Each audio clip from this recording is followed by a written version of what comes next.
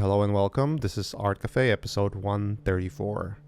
Please welcome my next guest, Steven Zapata. Steven is a New York-based artist, teacher, and host of his YouTube channel, Steven Zapata Art.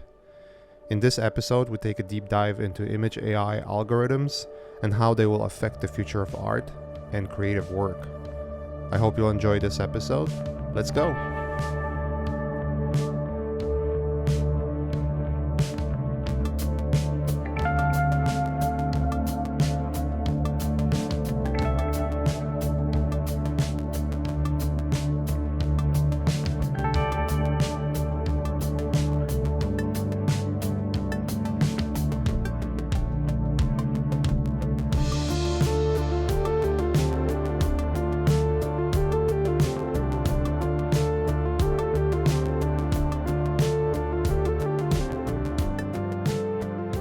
This will actually roll into the further subjects we're going to talk about.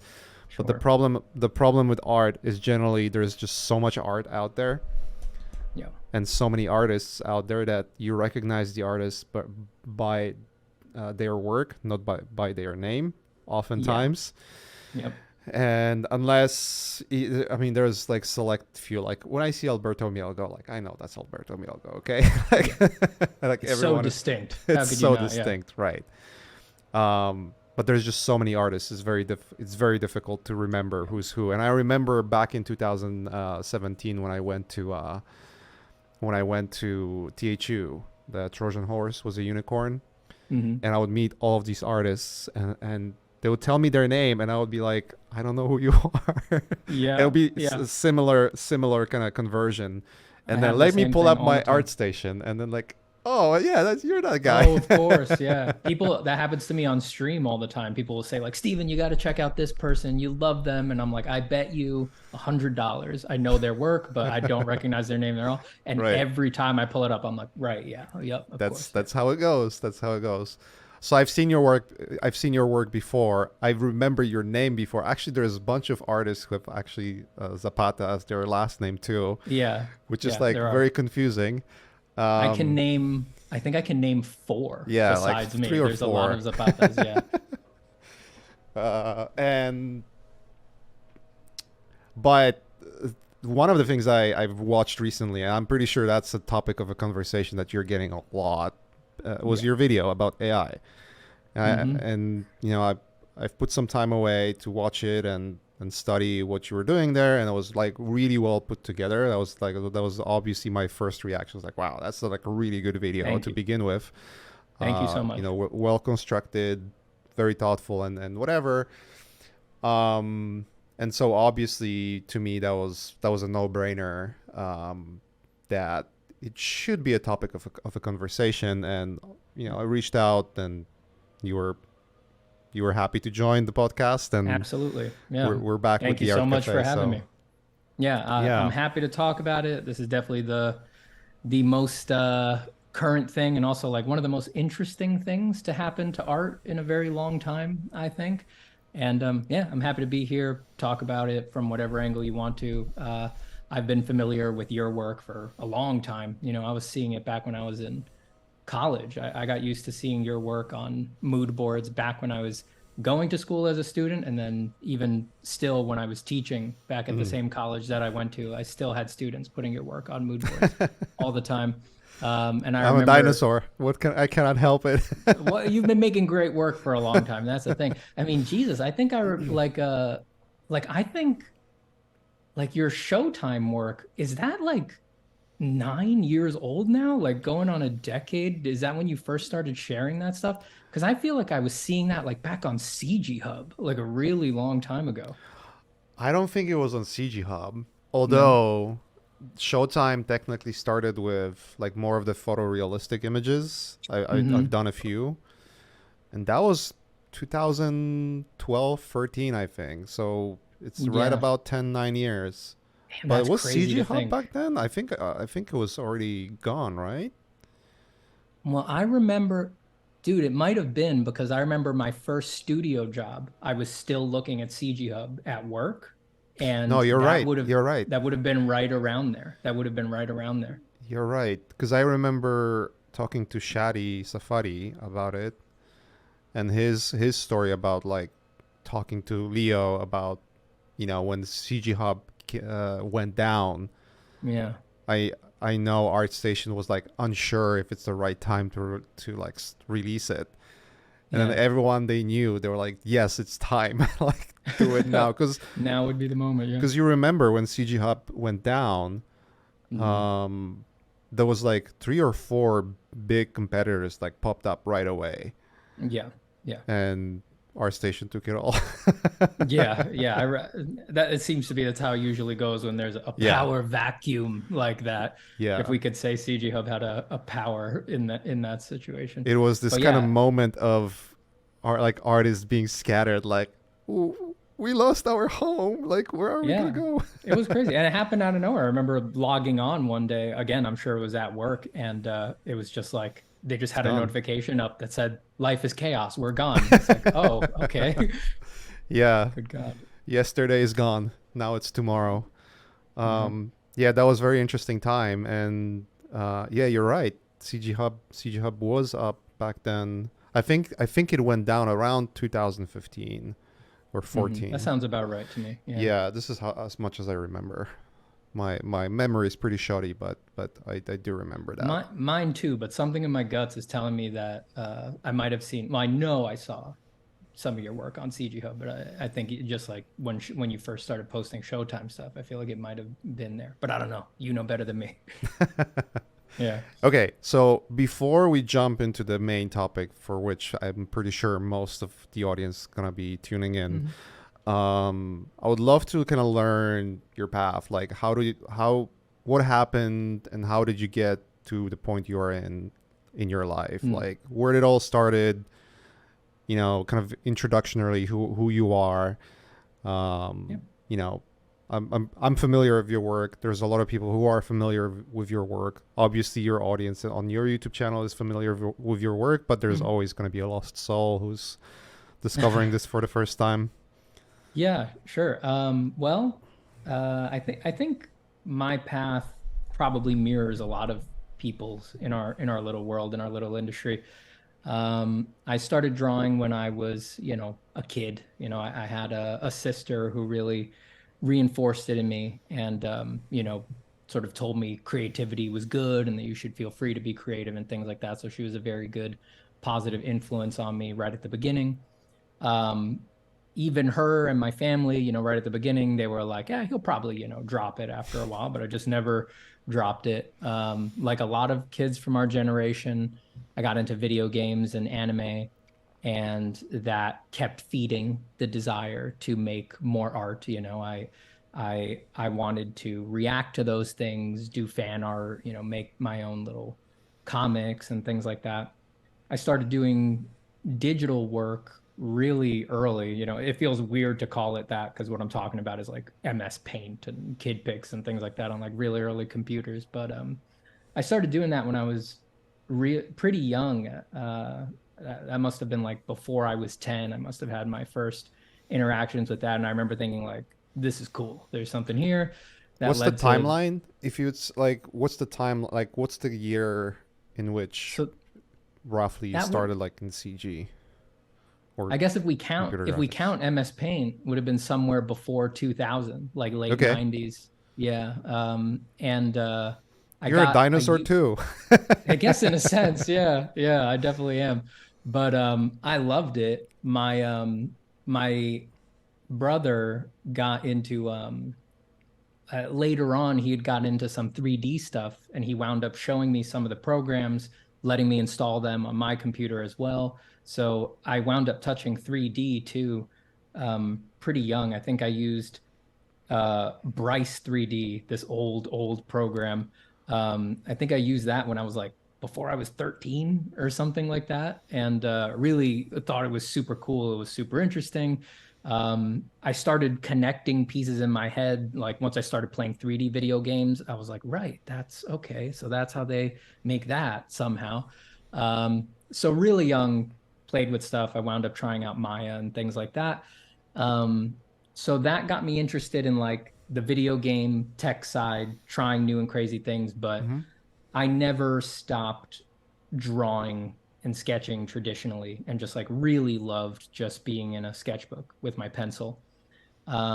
So I went to high school. So now fast forward somewhere in high school, I actually wasn't thinking of making art a career, even up to mid high school. I loved drawing, but I thought I was going to go into science or something like that. It had never really occurred to me to make it a career. I wasn't thinking ahead that far. Um, as I started going down the science route, I realized how much math it was. And I was like, you know what? I think art is a safer career. So I made the crazy decision to be like, I think art makes more sense. Were Um, you good at math? Not at all. No, I could not. It was like every time I would write a number, I was like, this should be a drawing of an eyeball or something like that. There's no reason for this to be a number. You It know, was just, there's an ironic parallel because I went to computer science as well in my yeah, studies, and I dropped. I mean, obviously, I dropped out, and I was good at math, and I was like convinced yeah, that I could be a programmer or something. But the difference was that to me, it was pretty grim out there. It's like, well, there's no way art is gonna make any money, you know. yeah, Like I was looking at the art itself as it's like a the starving artist kind of approach yeah. because I everyone around me would talk that way. So Yeah, and I think it's not wrong. It it is. isn't. It's true. Yeah. Yeah, for most people who try it, it is going to be unbelievably hard, and it is hard to get a career together. I think I just kind of got lucky that my parents were more neutral. They weren't like a lot of families where they were like, "That's a horrible idea. Don't do that." My parents, bless them, they tended to get out of my way, and they didn't really know, and at least they had the good grace to like not pretend they knew. So when I Okay. told them I think I might want to be an artist, they were like, really? Huh, interesting. And then they just kind of like, got a little bit hands off. So I definitely have to thank them for that, for not just completely trying to control my life. I feel very, very lucky for that. But yeah, so I was like, all right, maybe I'll do art. My teachers and stuff like that, because before you discover commercial art in a deeper way, people just react with what they're most used to. So my That's teachers in right. school were like, be a tattoo artist or do comic books or something like that. And comic books is where they usually pushed me, but it never sat right with me because I really like trying to make one picture as well as I could. And I wasn't super excited about sequential Mm-hmm. work. The like, especially animation. People told me to be an animator too. And I was like, well, I don't like that every drawing has to be simple to make an animation. It's like, Right. I wanted to be able to go deep into stuff. So I didn't know what to do for a while. Then I saw Revenge of the Sith in movie theaters, and I stayed after. Well, you didn't have to stay after the credits for more than 2 seconds before Ryan Church's name pops up. It's Right. like in the top three in the credits, and it said concept artist over it or concept designer. And I was like, what the hell is that? And I went and Googled it, and then boom, everything cracked open there. Interesting. So yeah, I found Ryan Church's circle, Nick Pugh, that whole circle, Scott Robertson. There's Yeah. tons of people in there. Yeah. Found out where they went to school. They went to a school called Art Center in Pasadena. I was like, well, screw it. I'm just gonna go there. And then the end of college was me, or the end of high school was me learning about that, looking at their backgrounds, trying to put together a portfolio on my own, doing a lot of stuff that no one had ever told me to do. Like I saw they were doing a lot of industrial design and things like that. So I was like trying to wrap my head around that. Um, I wound up applying at the end of high school. It was the only school I applied to. I was like, it's this or bust, right? Like this is all I'm doing. So I applied. I got into illustration, but then I found out that they had just added entertainment design specifically as its own major, but I was too late at that point to make the submission deadline. So they were like, well, just come into illustration. I was like, no. So I still flew out to California. I said no for money reasons. It felt too risky. I was like, I don't want to pay Right. that much money to hope to transition into another major. So I flew out to California anyway. My sister was out there at that time. I lived with her for a year while I redid my whole portfolio to resubmit for entertainment design. I took some night classes at Art Center while I was doing that. Got in, waited for I got in, probably 2/3 of the way through the year, took a little break, went into school, did 4 years at Art Center, to yada yada through a whole lot of stuff. And then when I left, I went right into theme parks. That was my first like stable studio job. So I went in with a firm that did themed entertainment of all sorts. So we designed a lot of theme parks, museum exhibits, everything, all kinds of stuff. We designed world fairs and things like that. Mm-hmm. That was a super interesting job. I wound up working with them for a very long time afterwards, freelance, but that was like my studio gig for a long time. So I did that for a bit over 3 years. And then I decided to move back to New York, where I'm from. And at that point, it was a little earlier than I'd wanted, but I was like, all right, let's try to do freelance then, because since we're moving anyway. So I started re-rolling the whole career, Right. trying to build up new clients and stuff like that, and moved out to New York. Um, Started building up the freelance thing, did gigs. One of the longest ones there was I worked on Elder Scrolls Online for a bit over a year, something like that, but did in that space. So that's since 2016. We've done all sorts of stuff, kept doing tons of themed entertainment, worked on video games like Elder Scrolls, like I said, advertising, print stuff, board games, just the whole wide gamut of freelance work that's out there. And then back in 2019, I started my YouTube channel. I'd already been teaching some people one-on-one at Mm-hmm. that point, but the YouTube channel is where I started just addressing some of the concepts that I wound up focusing on with my one-on-one students to like a broader audience. People really reacted to that, thank goodness. And so I kept doing the YouTube thing, doing more students, wound up doing independent workshops and things like that. Did one in-person workshop here in New York that was a lot of fun, and now here we are. Now here I am, angry about robots on the internet. That's how we got here. Aren't we all? Yeah. Yeah, YouTube is kind of its own beast in a way because it's less about, I guess, less about what we do as an artist, which is art, and more Mhm. about the stuff that I think we should be doing more in the world we live in right now, at least, which is entertainment and sort of Mhm. marketing yourself and being out there to get to be known, which ironically could be to our detriment in a way, especially with how the things are going, Yeah. slash prompt by Greg Rutkowski. Yeah. Yeah. Doesn't exactly um, bode well. Yeah. so let's get to the meats of it. I mean, obviously, so like your story is it's so cookie cutter in a way, like talking to artists, how they got started, with the caveat like there's just like parameters, supportive parents versus non-supportive Yeah. parents, going to art school versus not going to art school, and then studio and freelance. But it's pretty obvious that it took years of your life to actually get to a point where you are in, Oh yeah. if not decades. It's kind of like a lifetime journey in terms of art, in what we do, the skills we're earning, sort of the researches that we end up doing, just because, like, your example is perfect, right? Like you saw Ryan Church's work, and you got super inspired to research on that, and that's how you stumbled upon concept art and entertainment art.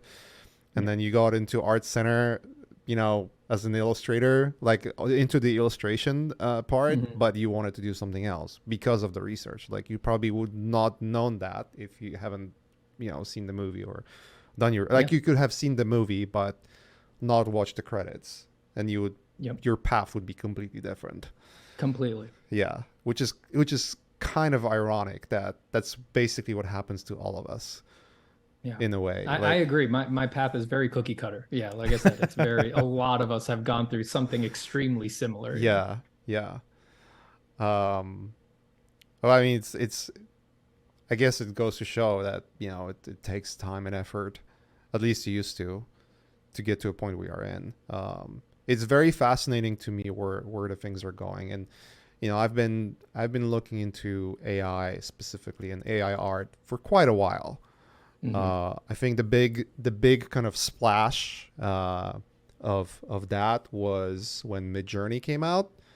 But Yeah. even prior, I remember seeing like the first test that DALL-E was doing, and that was Hmm. before they went public. Like they went with the open beta and ability for you to actually test it out. But I've seen the research. I think it was like by proxy, working on some other projects where I would talk with the production designer and or my clients specifically who are into tech, like very deeply Yeah. into tech, and they would like bring that stuff to me. It's like, hey, check it out. It's like really interesting. You should look into it. Yeah. Uh, in the hindsight, even looking back, way like years back, and I know it's a different technology, but if you think about it, like sort of like the first foreshadowing of where the AI art could be going is Photoshop's content aware filters, Absolutely. where it's Yeah. like you basically, oh, it's filling out the space with sort of the pixels I would be expecting, based on the Yeah. image. But no one was predicting that this is going to go. I mean, even back then, we would be talking about concept art and illustration as like, AI is coming, automation is coming, but I think at least creative work Yeah. is going to No, like be the last it snuck up bastion. on all of us. It snuck up on all of us without a doubt. Yeah, I was just recently looking at the Chat GPT. I don't know if you've heard about that one. Yeah. Hmm. That's obviously basically a UI for GPT-3, Yeah. which I saw earlier in the year, where it was quite of an interesting video. It was a scientist talking to AI generated face, which looked like a human face, Hmm.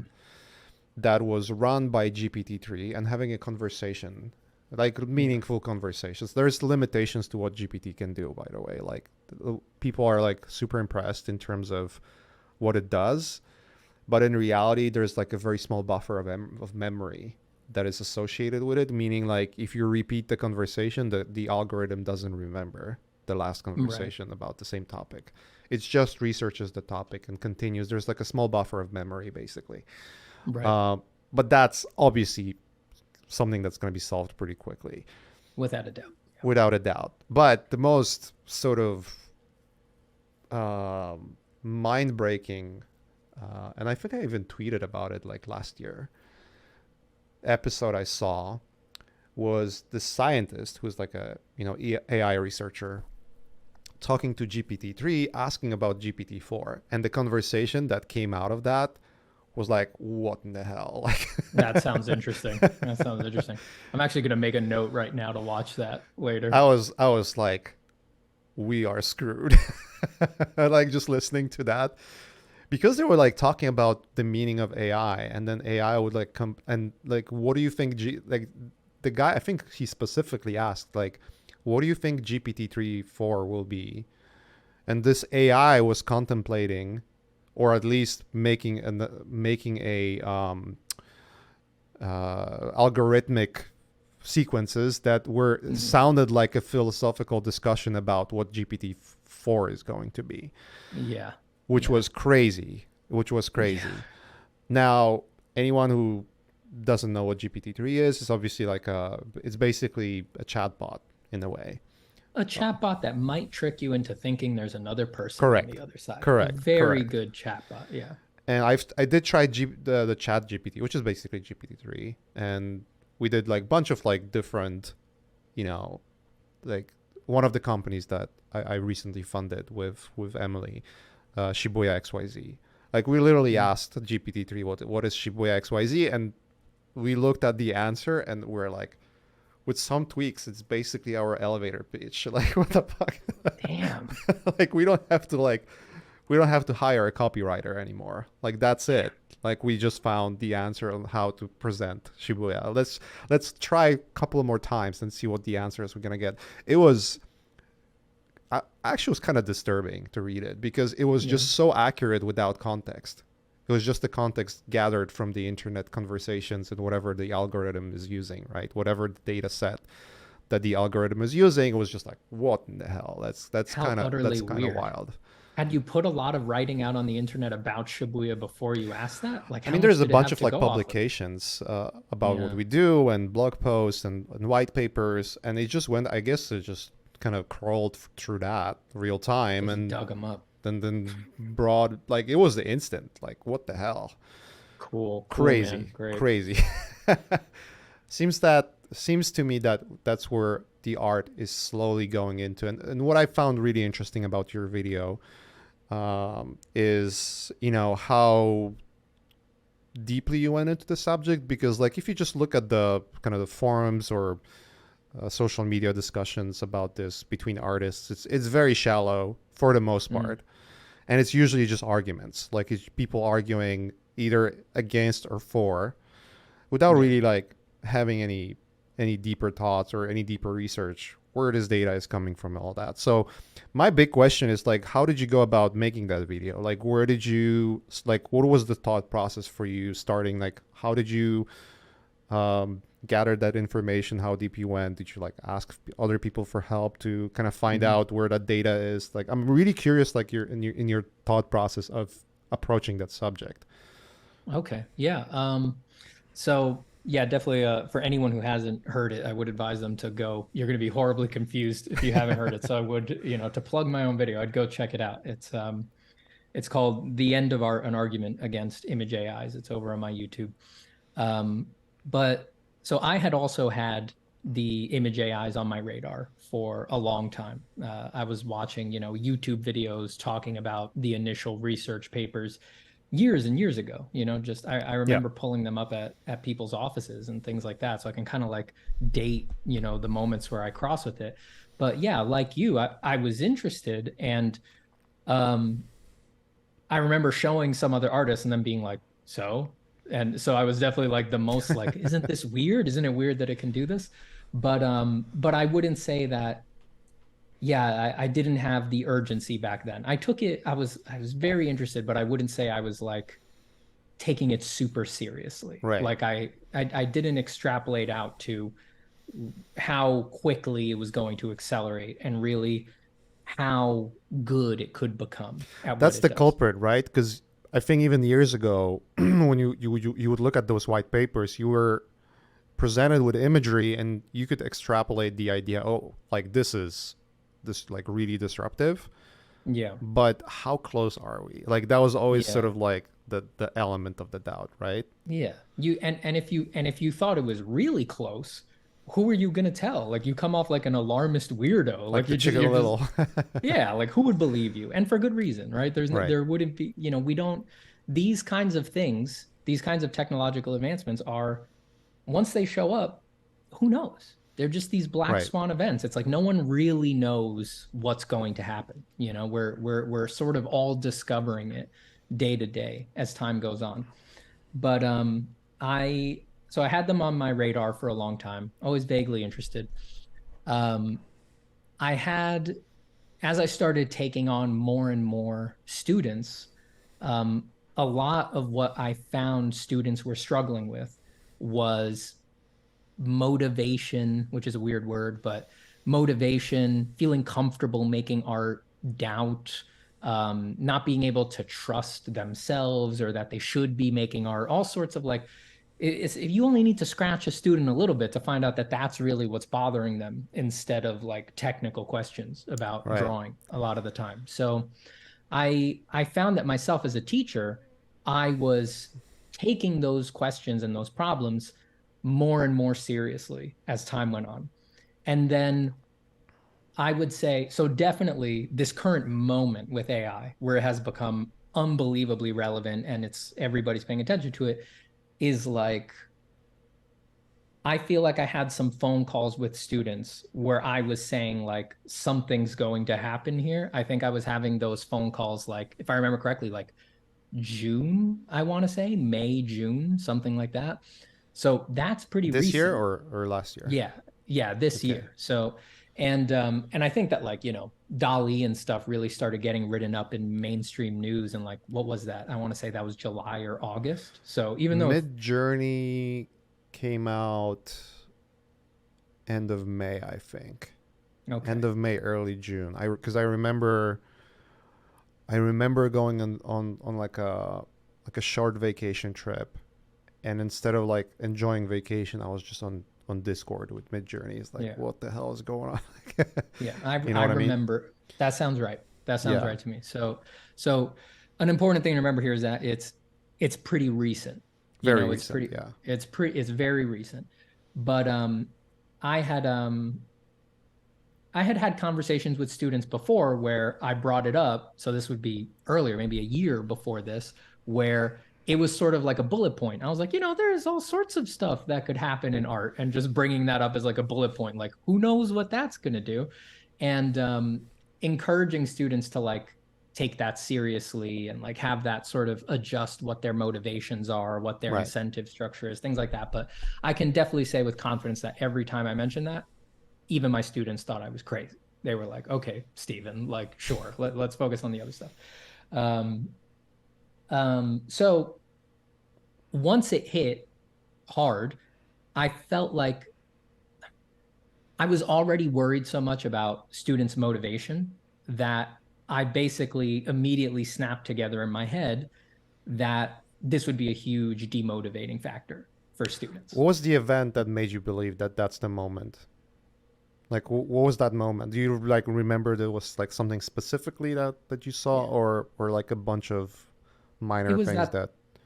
it was that the students started posting the stuff. It Okay. was that before that, I was always the person to bring up AI. Like, have you guys ever seen these? Like, that's kind of interesting, right? Right. Once they started posting stuff that they had seen online, that like a machine did this, and the existential dread was falling on them, that was basically the moment where I was like, I need to find out what's really going on here. Right. And um, that it's just I'm interfacing with my students on that emotional level because I care about that emotional level. Like I really I'm a pretty, how to put it nicely, I'm like a totally bohemian loser. So it's like I really love art, and I really like love how people interface with it and what it can do for people. It's part of my history, but like there's been a lot of periods in my life where I really just don't know what I would have done without art. It really saved me in some really dark times. So I really value that, and I want that for other people. So I really care about the emotional level of art. It was clear that this was already distorting that right at the beginning and was going to do more. So I started, as soon as that started happening, I put on my research hat and I was like, let's learn more. So I had a bit of background information from seeing videos and reading things over the years, Mm-hmm. but I just started poking harder. So uh, like I used to see videos explaining how some of these early models would work, and they would say like so this was before diffusion models were made. This is when the models were being trained with generative adversarial networks. So it was Right. two computers competing at each other to make images and decide if it was a real image or a computer generated image. And when I watch videos like that say it's trained on data points, right? And when I used to listen to those, I was like, data points, just blank, just like that could be anything. I didn't care, It was Right. like I just assumed a data point could be like a programmer being like handle read like this, right? Like that's what that meant. When diffusion models hit, when reverse diffusion was developed, it was like, oh, it's a new technique, but I don't really And that's understand what what was going the on here. Stable Diffusion runs on, and I guess Yeah. Midjourney probably, but you never know, right? Because they are not I'm like pretty, pretty they're not transparent I'm on what they're doing. I'm pretty sure they are reverse diffusion models. Okay. That's definitely the state of the art right now. I'm not sure. I wouldn't go so far as to say I'm sure all of them are, but I'm pretty sure Midjourney and Stable Diffusion are. There might be some out there that are still doing that are still GANs, generative adversarial networks, but I'm not too sure. And who knows, maybe that's still part of the process somewhere in the early parts or something like And the that. But example of GAN would be what NVIDIA developed, like I think it was like 2 years ago or a year mhm, ago, which they released as a demo where you could basically paint sort of like a broad stroke, like MS yeah, Paint, yeah, color, and they would correspond to, let's say, this is water, this is grass and whatever, and it would Doesn't generate images based on that, and then you yeah. could change time of day or style of whether it's like a winter or something.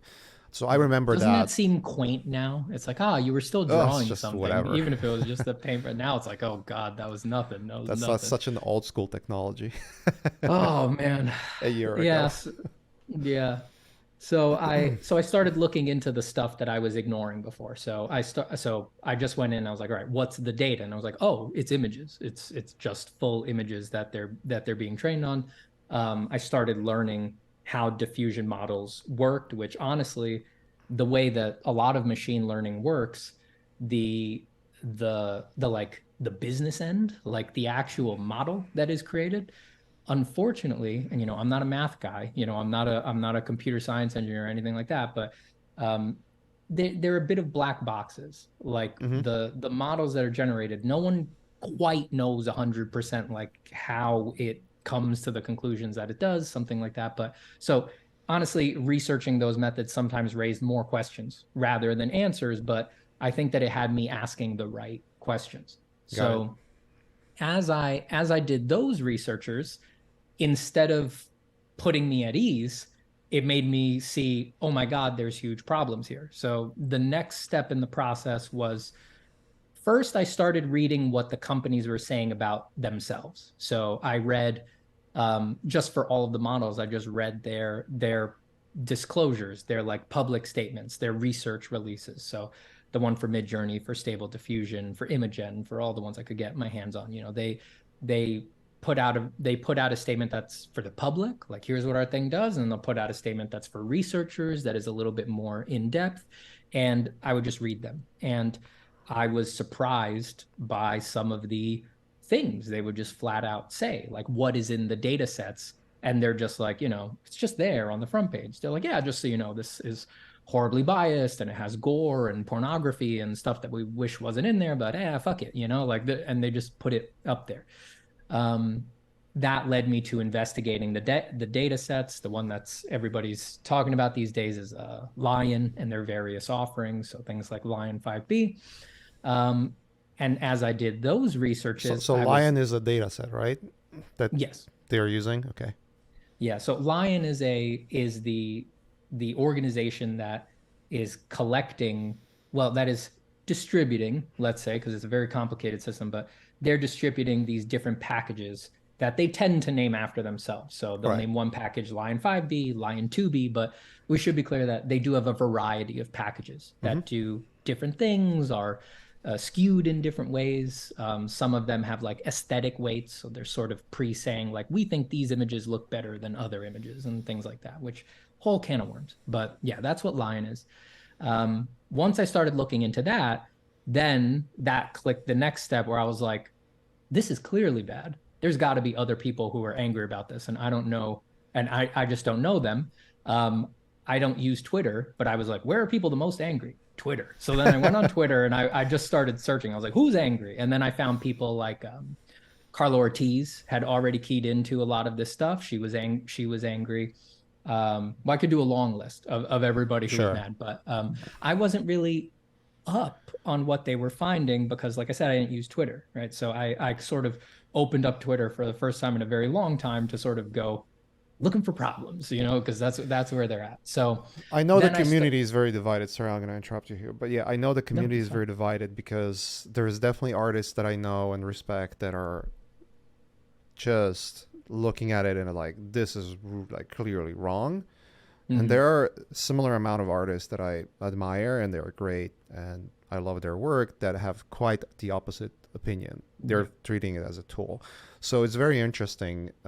The interesting part to me was like your research and where did you find your conclusions? Because obviously, and I'm gonna attach my kind of like anecdotal viewpoint on this as well, is Mm-hmm. that the very interesting part about how those algorithms work, and I don't think we need to like really go into the mechanics of whether it's like originated from the pixels that were from the Sure. research elements that they're using as a data points, or is it like algorithmically produced pixels. Like that's such a granular discussion that we could possibly Yeah. get into, but that's just like another an hour, probably an hour of conversation and research additionally. Yeah.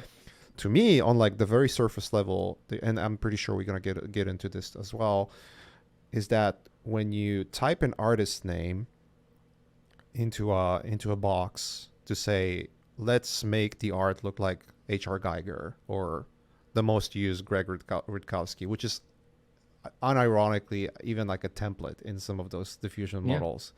Yeah, he was the name they used in some of their official releases. Like Right. the companies Without themselves unabashedly were like, "This guy's good. This makes good stuff happen." Yeah, correct. But then you type in the box and say make the person look like Brad Pitt, and then you get a pop-up that says that's not allowed.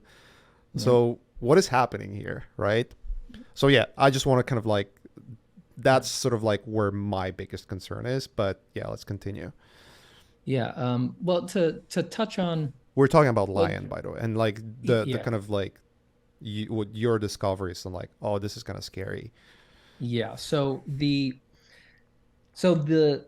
all right. So well, I guess did I finish my thread on? So I found on Carlo Twitter. Ortiz and Yeah, yeah. others on Twitter. I collected a lot of info from them. Talked to them a bit. Looked at the info that they had posted, which led me down rabbit holes. Spent time reading the blogs of these companies and finding more weird stuff and things like that, and just basically trying to get a feel for what the hell they thought they were doing with these Right. models. And once I had reached a certain point and I felt like they what I thought was going on was really a complete departure from what I thought most people would hope is going on. Um, I resisted it for a while because, like you said, the audience is split, right? There's Very people split. Yeah. that, yeah, there's people we all respect who are for it and who are against it. So I actually remember before I committed to making the video, being on runs, out getting exercise, and just being like, "You're stupid to do it. Like you know who you're going to alienate with that video." And it's like some of them are friends. Like I don't, no one wants that kind of conflict in their life. And just, I'd end one run and be like, I'm not doing it. It's It's not very my interesting. responsibility. And then on the next run, I'd be like, I got to do it. I got to make the damn video.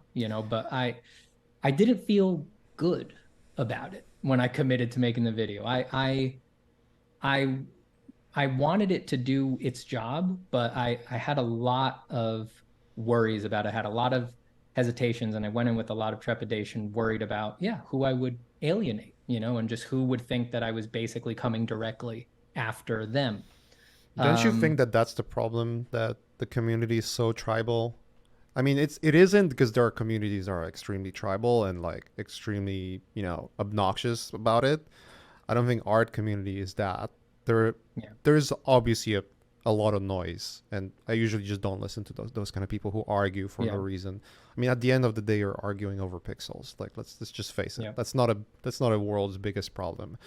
indeed. Um, although it does, ironically, a lot of people's wealth and livelihood is attached to pixels too, Yeah, which is the concerning part. And I get it's a why people. complicated subject. It's a Correct. complicated subject. Yeah, But I don't think it merits having a heated conversations. And let's say if you have a different opinion, and that's my generally my biggest issue with, and one of the reasons why I don't go into politics is that it's just such a dividing subject for a lot of people that you yeah, cannot have like a regular conversation on some subjects, even though you might be friends with someone, but on one subject you're just like have a different opinion, and then for whatever reason nothing else matters, but your opinion about that one subject kind of defines who you are in their eyes, and I think that's just wrong. I don't think yeah. that's the way we're gonna solve any problems, but yeah. I would agree. And ultimately, that's why I did decide to make it and to Right. share the information, because I was just like, I can't let that decide the nature of this conversation and what I'm going to do. And I know I'm not going to engage the random people who will want to fight with me over it. And I Mm-hmm. haven't, I'm just not that kind of person.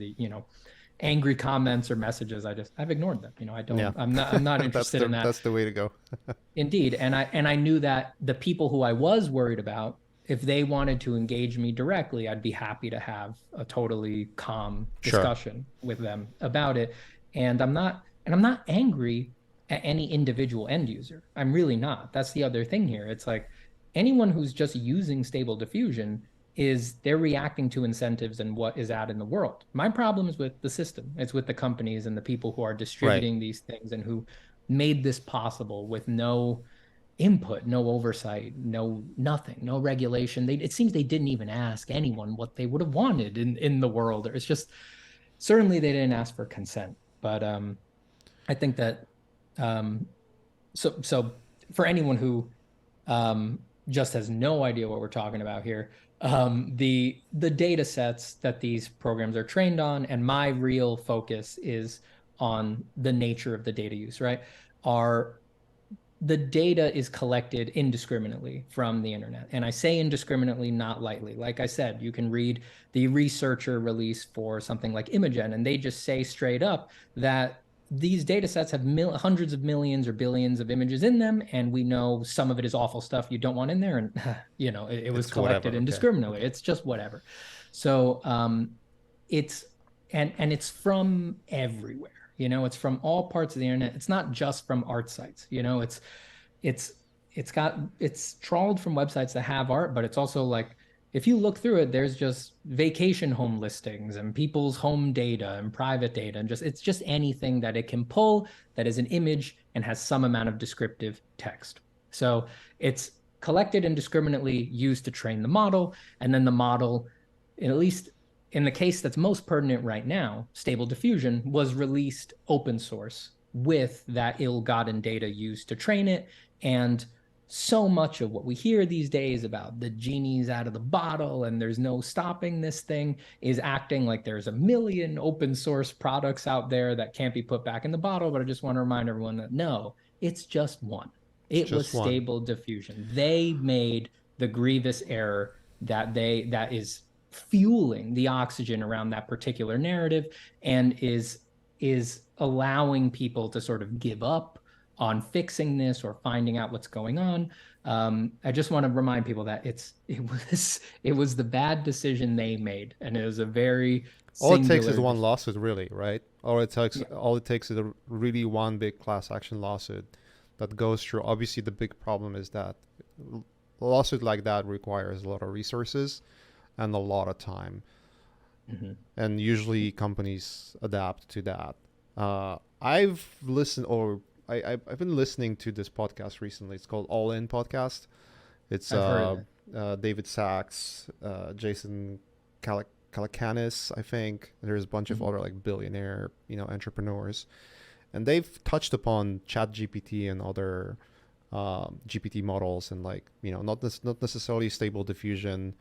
It was very interesting to hear an investor point of view on art because they treat it completely different than artists. To them, No shit. to them, Can I curse on this? artists, Sorry, my bad.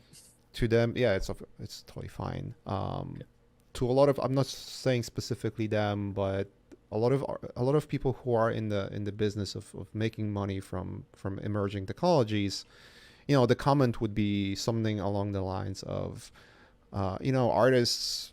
I mean, technically, what those AI models are doing is what art has been doing. Like we do look at references, use photo textures and whatever, use resources to build stuff, right? Like Yeah. it is technically a sound argument if you think about it, because that's true. However, it doesn't take to consideration the human element, where like, Yeah. okay, in order to actually produce that, it does take years of experience, because if everyone could do it, then everyone would be an artist, which is not true.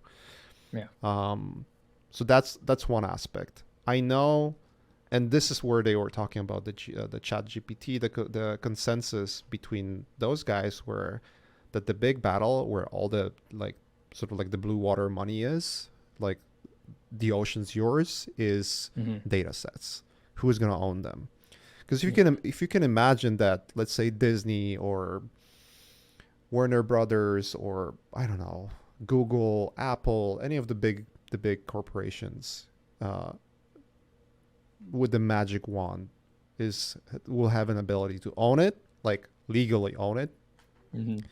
and have a full copyright kind of blanket on top of whatever data they've collected.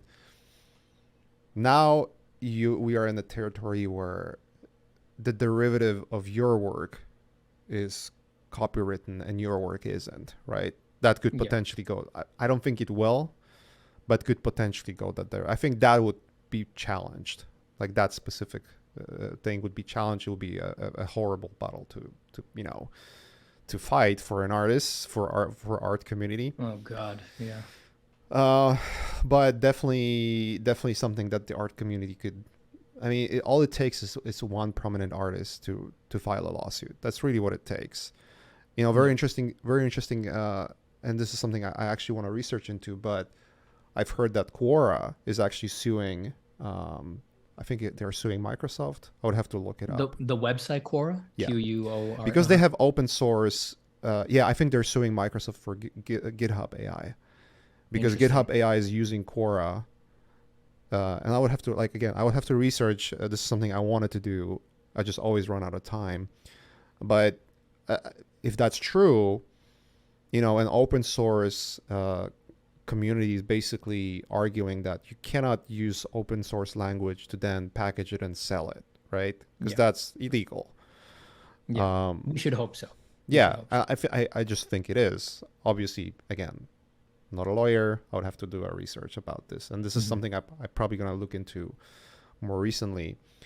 But in courts, usually there is a precedent, right? So if the precedent is set, then the companies have to change. So, I mean, you're right. If that's the only data point to which those diffusion models are connected to, all it takes to the courts say, like, you have to remove half of what's in there. Because that's from your video, and I am aware by proxy from hearing that when you talk about stable diffusions and then you talk about AI music, like everyone's complaining that AI music is bad, and the diffusion models are amazing, and it does make sense. If AI music models are not using copyright material, then the data sets are much smaller, which would make sense to me. So it's very interesting. Definitely very interesting. So where do you think this is all going?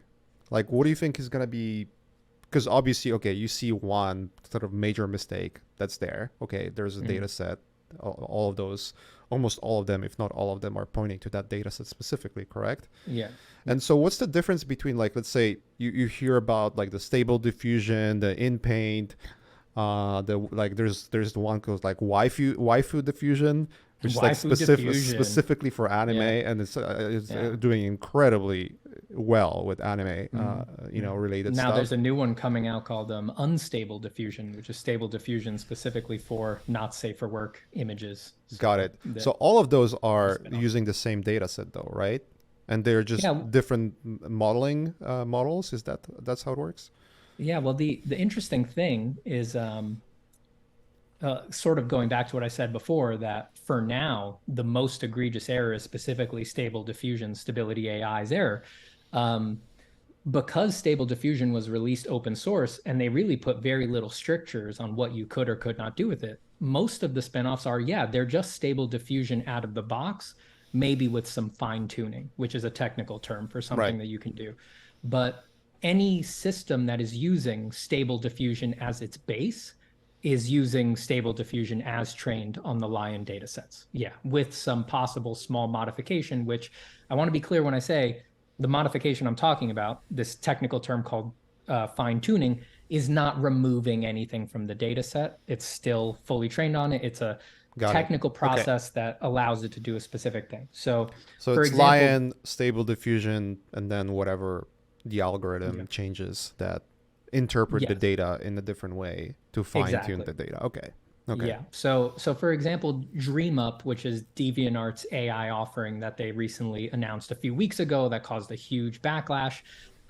They're calling it DreamUp. It's going to live on the DeviantArt website, and you're sort of going to use it through DeviantArt. But if you look into it, it's just stable diffusion, right? Unless a company is saying it's not, it's something they made themselves, it's stable diffusion, right? So, and there's many other things like that, but DeviantArts is probably the most popular one right now. Whereas something like unstable diffusion is still stable diffusion, but it's marketed specifically on its fine tuning that it's done to edit it so that it's easier to get non-safe for work images out of it.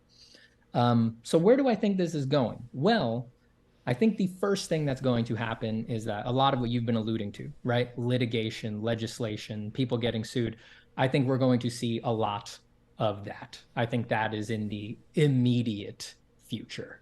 And that is going to be very complicated You know, because it.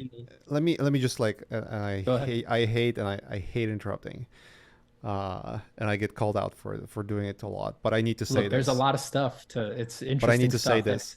every corner. Unironically, unironically, a lot of art that we do, and this is sort of like the hopeful kind of thinking, is a lot of artists.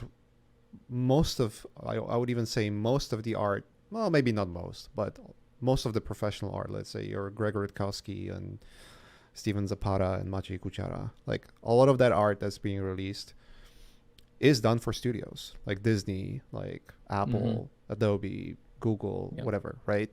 Those companies will not want to see their work being ripped off by an Indeed. AI unless they own it. Indeed. So, so And yep, go ahead. like you said, that's going to be a problem. I agree with you. Like there will be, they will defend themselves when they see that these programs make it possible to rip off Disney, something like that. But what you said before, I think, is also in the future that they may attempt to make models based on their data sets that they've made themselves, right? So Right, Disney has a lot of assets they could use to try to train a Disney model. But questions arise like Disney has a lot of assets, but is it 5 billion assets? If Disney right. really pulled everything out of the archives, every cell from every motion picture, all the concept art, all the production work, it's going to be a lot.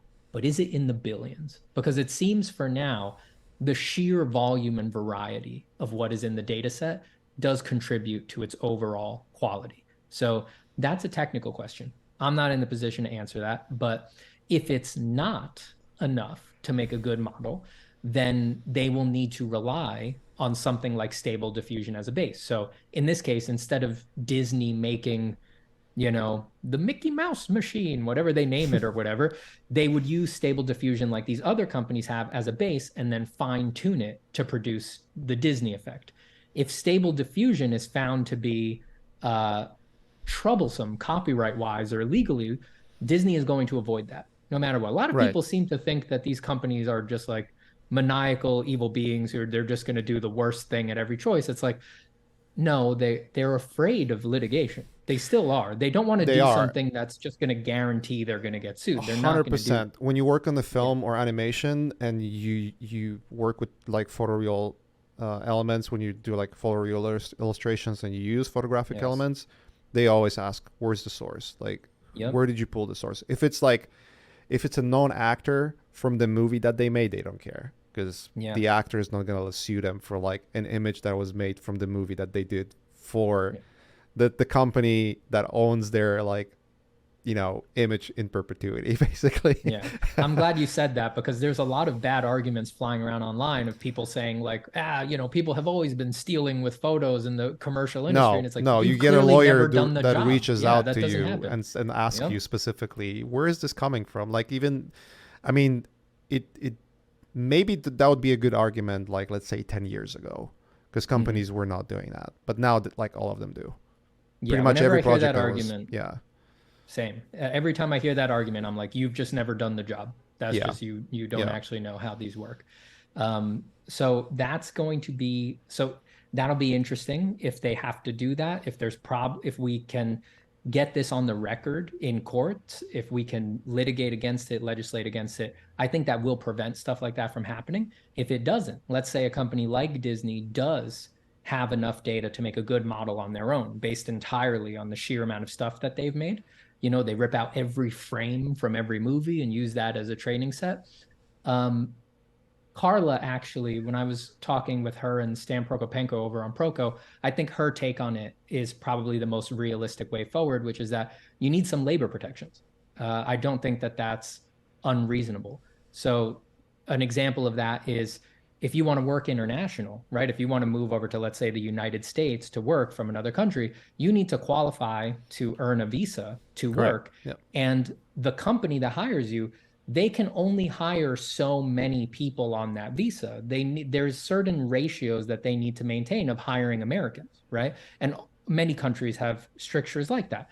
Some version of that doesn't seem crazy for saying some amount of your workforce should be human beings instead of robots that don't benefit from the fruits of the labor. So, and those ideas have been around for a long time, like taxing automation machines and the people who own the machines. Like, I think some labor protection there is probably the way forward if companies like a Disney were actually able to make things like that. Short of that, artists would need to get way better contracts, and I don't think that's unreasonable either, because I'm not a lawyer. Again, I've had the luck to talk to some lawyers about this stuff, but the law does care about, like, it's not just the letter of the law, it's the spirit of the law, right? Right. And contracts as we have them, we're not predicting this completely world distorting technology that just emerged. So it's a little bit of a bad faith argument to say that the letter of our contracts screws us forever for the rest of time. It's like, I don't think that's actually how courts would see it. And there would be a reasonable expectation that, yeah, obviously nobody, when they designed these contracts that have become the norm, was predicting a perfect replication machine that would live forever. So we would need to redo the contracts. Artists would need to stand up for themselves and say, no, you can't use the, you get this extended license that lets you use it from me. You own the copyright, but you can't use it in an AI model, right? That's the line. Right. We have to renegotiate what you're going to pay me. I'm going to guess millions of dollars so I can live off it for the rest of my life. And we're gonna have to renegotiate that at that point.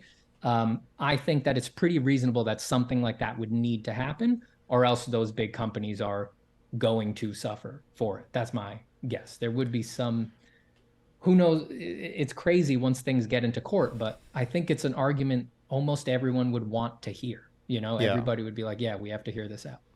I think it's going to be a very interesting conversation to have again a couple of months from now to see where the things are going.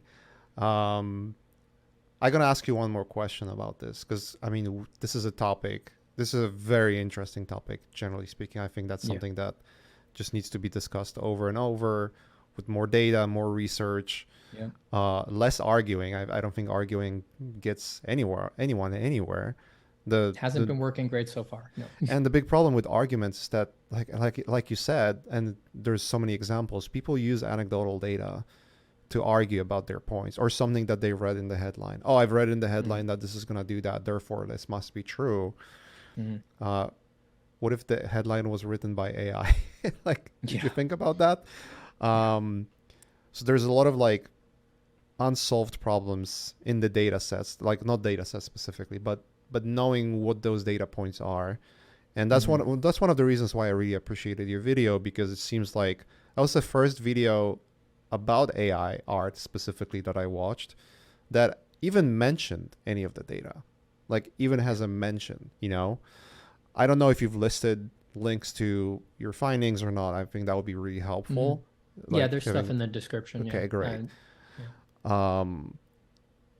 But we need more stuff like that, to be honest. I would ask if you had to make a straw man's argument, or the flip side argument of if you could argue for AI, because I know you're adamantly opposed in which direction it's going. But if you had to put yourself in a position where, let's make the best case sales pitch to what this could bring to an artist's life, what would that be? Well, okay. Let me caveat up front. It's funny because I often find myself talking to my students about this, that artists have a tendency to argue other people's points for them because we're so creative. We can't help it. We're just like, well, let me go there. Let me see what they must be thinking. Whereas usually the person on the other side, they're not like us. They're like, fuck you. They're not interested in doing your work for you. So I do want to caveat that artists out there, be slow to do this. This is, I think, is what keeps our rates down in negotiations, because we start writing the email and we're like, well, here's why they would hate me or not pay me enough. It's like, don't. Yeah, just ask. Don't assume. Just ask and see what the response is going to be. That's why I'm asking. Because I assume, at least based on the conversation we had and the video you made, and points you were making, you see major issues with it. And I don't Oh yeah. know if you have anything good to say. And if you were supposed to be sort of very partisan about it and making the best possible argument that you Yeah. feel, if your life depend on it to sell the idea that the AI art is good for artists, what would that be? Okay, so first off, in their current form, where they're doing whatever they want, I personally I can't quite go there. Like I so to make that clear, I don't use them, right? Even though just because they've been on my mind so far, I'm happy to say this honestly. It's just like I'll be in the shower or something, and I'll have an idea, and I'm like, I bet an AI would make that really cool. Like I get the initial gut reaction Mm-hmm. to be like, I wonder what I'd get if I type that into Stable Diffusion. I have that feeling all the time, and I don't do it because I just don't. And I know no one's going to come after me. No one would ever know, but it sits so wrong with me on the in But what put it's that doing aside, now. like put yourself in a Indeed. different skin. I So know it's a so if prefix though.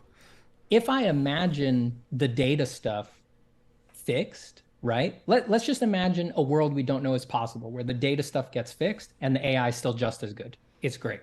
Um, it's amazing. I mean, I'm as much into sci-fi as anybody else. I think it's a very interesting, very powerful piece of technology. And if you're if you choose to use it as a tool yourself, which the problem here is that I don't think that's what it's intended as. I think that it's racing towards being a replacement, and people can choose for themselves to use it as a tool, but it's like that's a choice you're making, and I think that that will continue for people. Um, it That's a can do choice you're paying so. for too, because you have to buy credits to use it. Indeed. Yeah. Yeah. Let's remind everyone they're for profit. Yeah. The so first off, I like the idea that people who are deeply creative can sort of see a vision of something that Mm-hmm. is separated from their personal conditioning factors. I think that that's interesting. Like whenever I have an idea for an image, it usually shows up in my head as a pencil drawing. That's just how I think, right? It's like my brain has that groove really refined and it assumes almost like it's going to be a pencil drawing, right? And Right. then if I want it to be different, I like add that stuff. I'm like, all right, now I'll add color. Now I'll add digital stuff that looks different than pencil. So the more and more you do this, you realize how useful it is to be able to shake yourself out of your little rails, your conditioning factors. The AI seems like it would be great for that, to always just be seeing, and it can almost just be a function of the randomness, right? Of sort of it gives you stuff in so many different looks and so many different variations. It's it's exciting that it could sort of rip you out of your assumptions about Right. something. So I think that's super interesting. Um, just speaking in the most jaded possible level, it's like we've all been on jobs that are just a drag, right? And it would always be nice to have a parachute Click. to pull Yeah. when it's a drag. We're like, okay, this one doesn't have to take this long, right? That's always great, but we have to admit that's not a great reason to have them because at some level that's like that means a part of your career needs an adjustment, right? Sometimes you get stuck in those jobs because things go wrong, but there's always levers you can pull to be like, I'm not taking that kind of job again. I got to add this other kind of thing on. Like there are ways to avoid that in your career better, but it would certainly be great to have that to fall back on in in jobs like that. And then here's the thing: as down as I am on them, I actually consider myself to be an AI optimist because I do believe they can do insane things, right? So Yeah. if I remove the human stricture, and this is important for me to caveat because the machine learning people I've talked to, they don't all agree with me. There's people who actually have degrees in this stuff who say, Stephen, you're wrong. They can't get that good. And they show me the math of why they're convinced the AIs will only get so much better, right? So, but even with that, that's why I say I'm an optimist because I think it will make movies start to finish without any input. I think it will make video games done. Just like you tell it what kind of game you want, it'll program the gameplay, all of the graphics, all of the UI, everything. It could do just about everything. I believe it can make VR environments. Yes, I think it'll generate beings that we can't really tell if they're sentient or not, conscious or not. Um, I believe it will be able to do all those things. The good side of all of those aspects, so it making by chance your favorite video game ever, that's, I can't argue that that's not good, right? Right. If some kid in his bedroom plays an AI video game and it's his favorite game of all time, the fact that a person didn't make it doesn't diminish the joy he experienced playing it, right? Right. The joy is, it's enough on its own, right? So the same for the movies, the beings, right? Like, Jesus, I'm horrified personally at the idea of beings that we can't prove if they're conscious or not, but they feel that.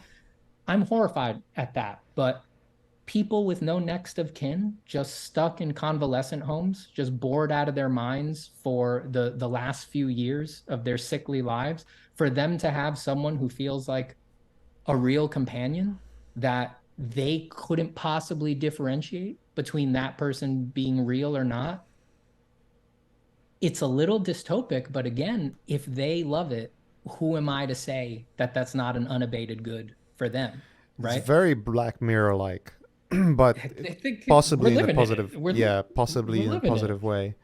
Yeah, I think Um, all of those things are goods that it's likely they will happen. And I cringe away from the bad sides of all of those things, right? I think that's pretty clear that I think the part where the video game part destroys the video game industry and people don't get to make those, that's horrible. But yeah, just for anyone who's worried, like, oh, Steven can't see the possible good, it's like, of course I can. Of course I can see the possible good. yeah, It's I'll like, take at that. what I'll take cost, that. my friends? At what cost? It's I'll really take that. that. That's a good strawman's argument. Yeah, for Yeah. sure. And it's Um, their argument, I understand the validity of their arguments. It's just like those good things are like tiny targets, like on the other side of the sun. And it's like, all right, we're gonna get it. We're totally gonna nail it on this shot. It's like, dude, there's more ways for things to go wrong than there is for ways to go right. That's always going to be the case. I just think we need to be extremely careful as we move through this I landscape. agree. Extremely, extremely careful. Well, where did we leave off? I think we ended on some pretty ultimate question to wrap it up. We were You talking asked. about we were making the strawman's argument, Oh, right. and you made a compelling case where this could go. We discussed the fact that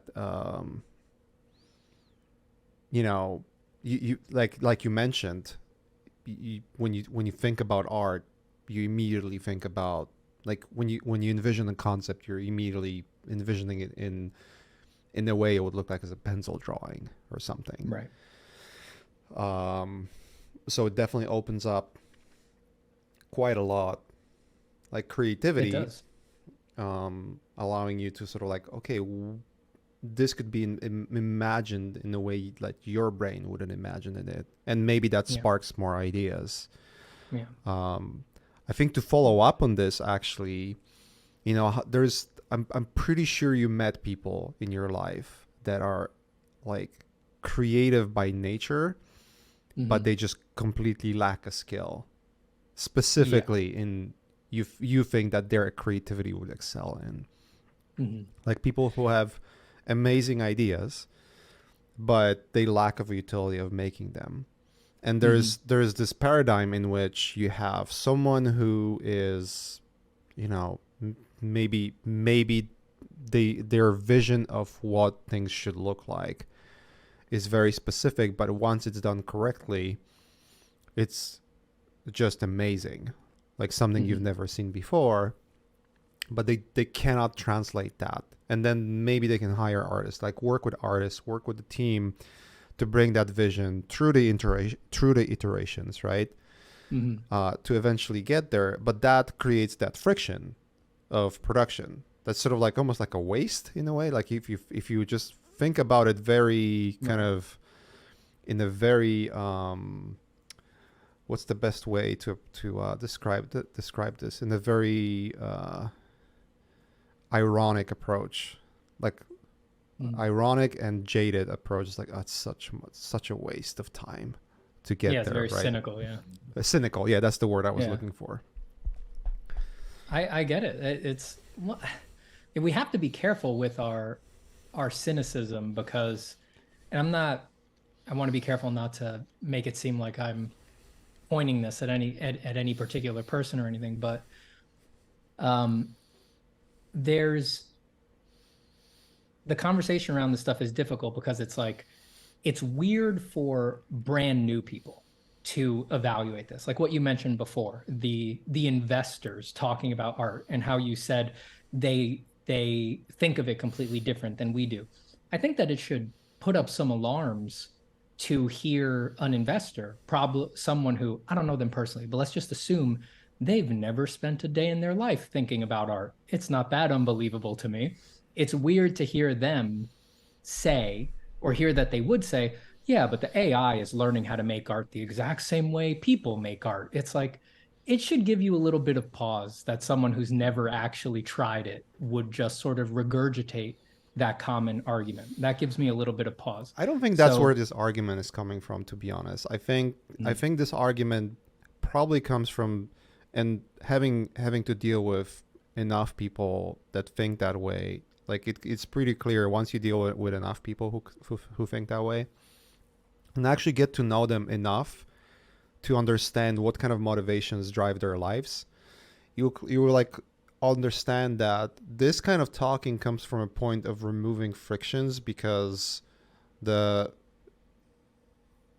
the quicker the iteration process of creating something that has the final result you're after is, and the mhm, cheaper that is, that means your brain resources are not occupied on solving problems to get to the goal, but instead of that, you're creating more goals and possibly more goals to fail, and right. therefore more iterations on the highest level versus on the mid or granular level.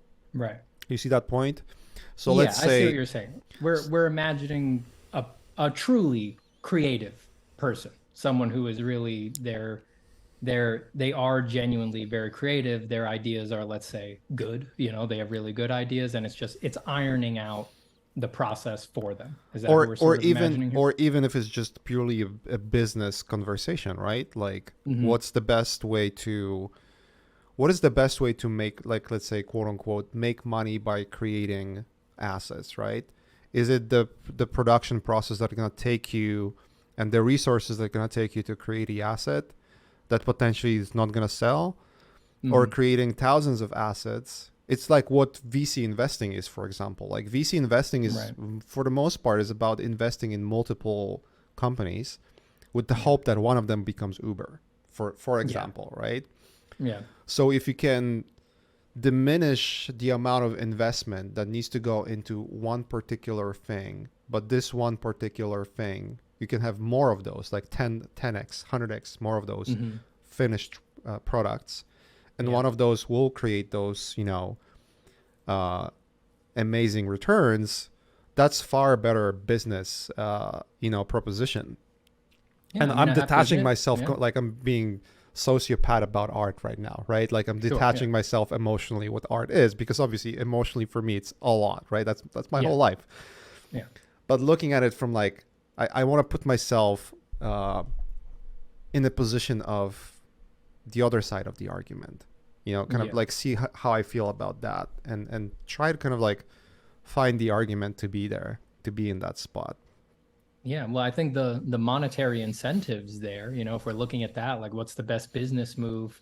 I think it's pretty straightforward what direction they go in, and I think It's that friction that's removal, for yeah, sure. if that wasn't looking serious and it wasn't clear that these systems would be the choice in a significant number of scenarios, I don't think we'd be taking them very seriously. I Correct. think it's pretty clear what direction the incentives go in. I mean, there's always going to be there's always going to be the indie project that's like they want to do it all by hand and keep it mushy, and they want to have this special relationship with the artists and with the people who are making these things, right? There's always going to be those projects. I think it's pretty safe to say, but that almost will put us in like a in an archivist mode. It's like it becomes a novelty. It's it's like, look at us, we're maintaining this historical precedent. Isn't it quaint how they used to do it in the past? It's like, it really is going to, if it goes that way, I think it will slide into that mode. It's sort of like when you see practical effects in a movie now, it's like, you're like, oh, isn't that nice that they did that? Like, that is so cool that they honored it. And it's like, it's we like it, right? Like, I personally like it, but you can't deny that part of why we like it is like the sheer novelty that someone would have the gall to go against it. It's not really Right. because it against the current. It's not really about it being the best solution monetarily or anything like that for the project. Sometimes it winds up being the best solution visually, but um, I doubt that it would ever be about it being the best solution monetarily. Yeah. Yeah, that's definitely there. I mean, if you think about even just commercially how the novelty pays off versus the mainstream, it really doesn't, or rarely does, right? Yeah. You can become a At least in critical film. darling, but yeah. Yeah, yeah, yeah, for sure. Um, so there is definitely a big topic of the labor market then. Like what is gonna do to the labor market of art. I think I've mentioned this before, but I think in the short term, this is probably the most amazing time for filmmaker or someone who creates their Hmm. own ideas, right? I think so. Because then you're like it just unlocks quite a lot of resources for you to then make something happen. So imagine putting yourself in the position of a filmmaker where let's say you have a budget of I don't know, like give it $1 million to create the film. And you have a bunch of things that you need to pay for actors, scout location, like whatever. The list goes on, right? Hmm. And then there's always a VFX budget or something. If you can use AI to offset even 10% of the budget, that means you can put more of that budget into marketing or other resources, right? Yeah. And I think one of the important things to mention, and this kind of goes circles back to your point about where this is going to land in terms of the laws and you know in terms of like the regulations that going to happen is that the stable diffusion model is or just generally AI art. It's not in its own vacuum. We talked about No. the GPT models for Hmm. chatbots and copywriting. Um, I've mentioned the the GitHub. It's actually I in the break we had I looked it up. It's a Copilot lawsuit that was filed on the November 10th. Yes. So Yeah. GitHub Copilot is getting sued. It's a class action lawsuit. I'll try to Yeah. include it in the show notes. I would encourage anyone who's listening who wants to go deep on this stuff, read the legal complaint letter that's linked on the site. I had it open before, but then I closed it. I think it's the website is GitHub Copilot Litigation.com or something like that. If it the legal complaint letter is written in readable English and it's very enlightening. I would recommend it for anybody who wants to go deep on it. Yeah, it's very interesting, like to actually see what the complaints are, and maybe the saving grace of it all is that in eye of court, like the judges who are in court usually are very old school, like like as old school as it gets. Sure. Um, so it's very very easy then or easier to make a human argument behind it rather than just rely purely on data because data is such an like unless you're someone who delves into data and you're a programmer and you understand what the code does, like untangling that in the in words it's an art of itself, Yeah. like being a lawyer who explains what the data does in a way Oh, that got it. a 90-year-old person can understand that I do doesn't not even envy know how their to use job. iPhone. That's yeah, that's It's going to that's a be tall tough. order. It's going to be tough. I think inevitably someone's going to have to do it because they're going to, when it goes to court, I think they'll put everything on the table. I think both sides will put everything on the table. But yeah, I don't envy that person's job. It's going to be extremely difficult, and it'll be interesting to see how they can keep themselves from just being mired in tech confusion for forever. They're going to have to find some ingenious ways to escape to explain these concepts. But I think you're generally right. I mean, the once you lay out what's going on, I think most human beings do have a gut reaction that something is going wrong here, that it doesn't feel right, that companies should be able to have carte blanche to just do absolutely whatever they want with everybody's data forever.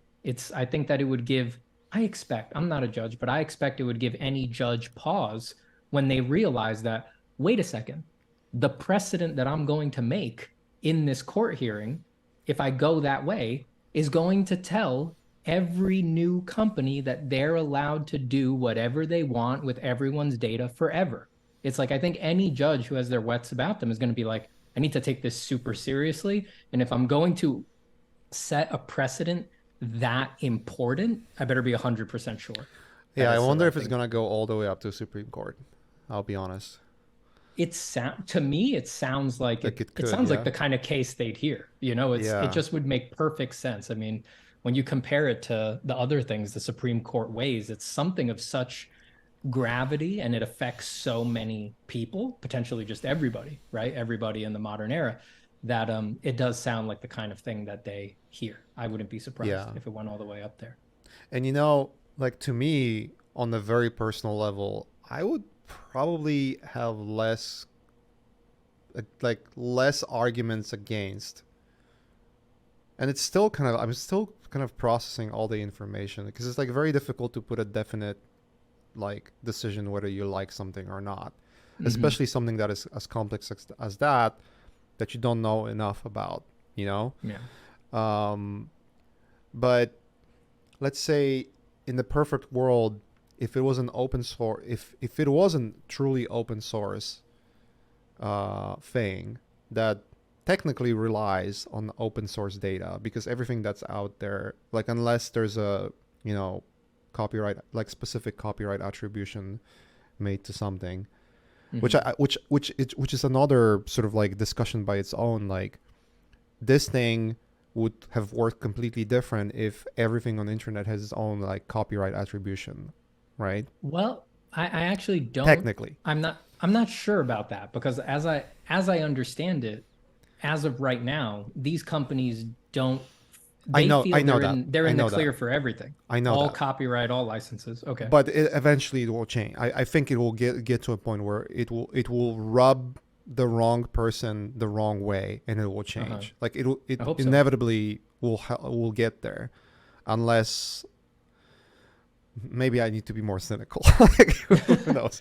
I'm trying to be very careful. I'm worried. But I could imagine, like, if the world we were living in was the world in which this Stable Diffusion algorithms were purely open source, relying on open source material, and having no boundaries, or like no specific boundaries that like raise pretty obvious question marks. Like the good example, going back to like made by Greg Rutkowski versus a likeness of Brad Pitt. Yeah. And both will give you two different results. Made by Greg Rutkowski will make a copy of Greg Rutkowski. If you type in likeness of Brad Pitt in a lot of those models, it will just say like, this is not allowed. Yeah. Right? Yeah. So where's the threshold?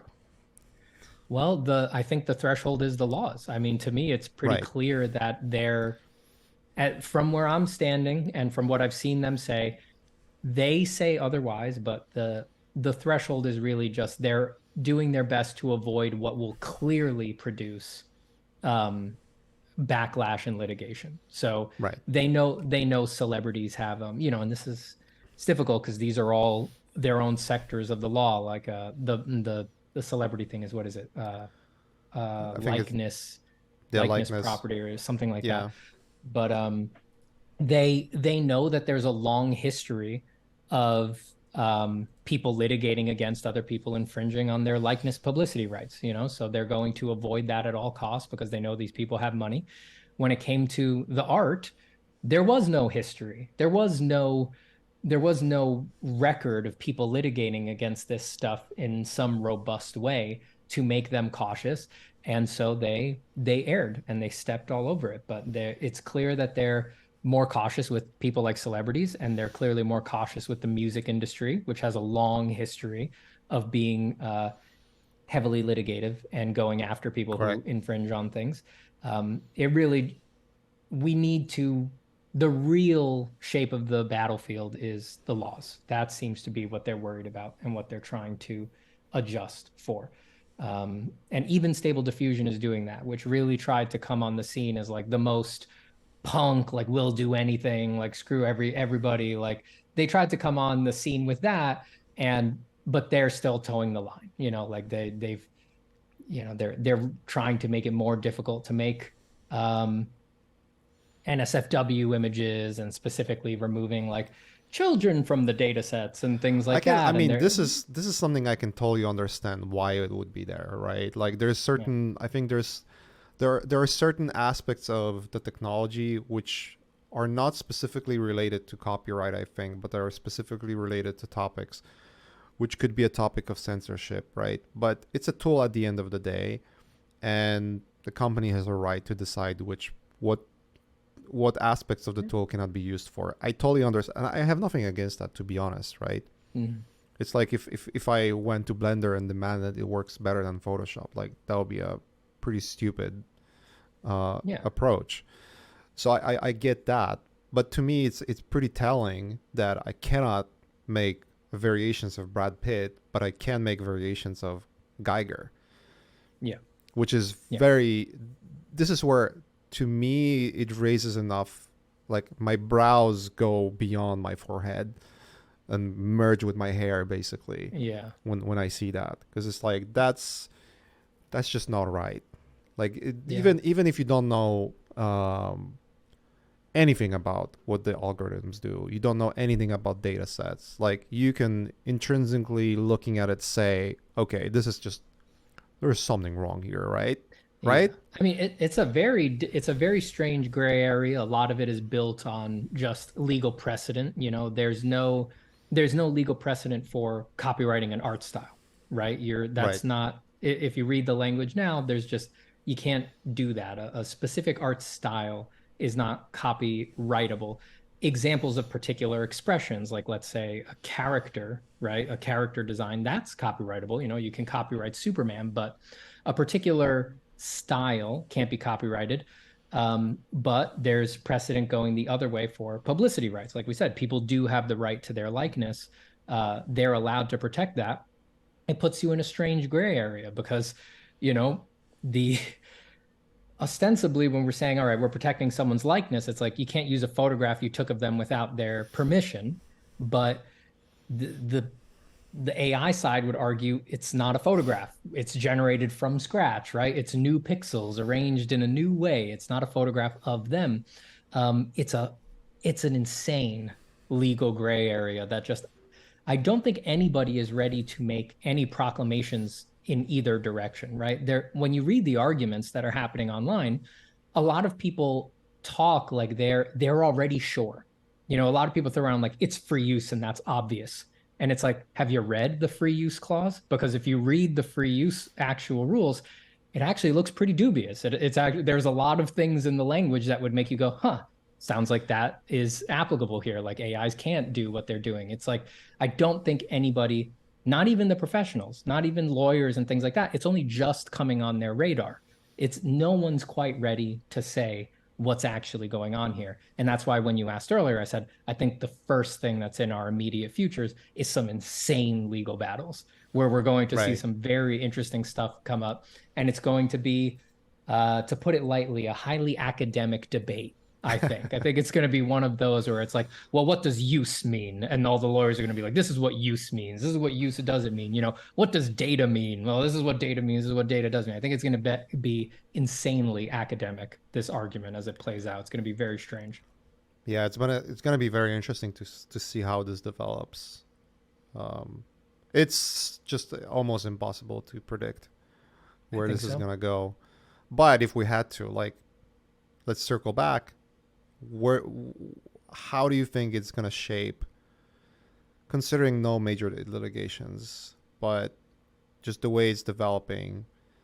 And you never know if it's gonna develop more rapidly or not. I mean, last 4 months has been quite incredible in Pretty terms amazing. of the pace at which Yeah. those algorithms are. And I mean, obviously, vast majority of that is contributed to people using the algorithm. Like, that's really how it works. Whatever input you're getting in, um, for anyone who haven't used something like Mid Journey, for instance, right? You type in your prompt, it gives you four, I think it's four images, Think so. and then you can make an upscale version or you can make a variation of that. And anytime you choose, and most, I would say vast majority of people who use Midjourney, they just type something, it doesn't work, they just type something again, right? Something Hmm. different. Oh, I didn't like that, let's type something different. The best results I've seen, and when I spoke to people who've done them, it would be they typed something and then they made over like 50 or 60 iterations of that one prompt, just going Yeah. through the different variations to eventually get to where they are. Yeah. And to me, that's art direction. Like, you literally are directing the algorithm to a specific point, which is like, I like that, right? Yeah. And then there's, I think, was that it in Mid Journey or other algorithm that actually has emojis that how satisfied you are with the result. It's data all the way down. Data It's, all the way yeah. down. So like, if you're very satisfied with a result that went down after like 40 iterations, there's a huge amount of data that this algorithm have learned, Yep. which things are pleasing to your eye. Basically, Yeah. it is art direction at the end of the day.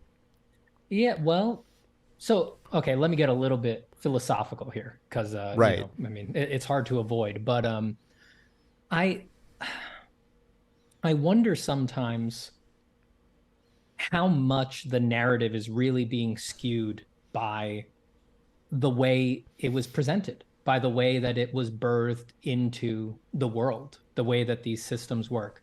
Because the facts, the facts are the facts about how the systems work, and you can construct different narratives around them. So, for example, the model gets trained, right? So you give it the data set, 5 billion, let's say, it you train Stable Diffusion on it, it requires such and such numbers of NVIDIA graphics card hours, it costs such and such amount of money, and it produces the trained weighted model of Stable Diffusion, whatever version it is, and it's locked in place. It's like, that's what it is now. And if you want Right. to edit it, you need to retrain it from scratch. You can fine tune it, but that doesn't change the fundamental weights.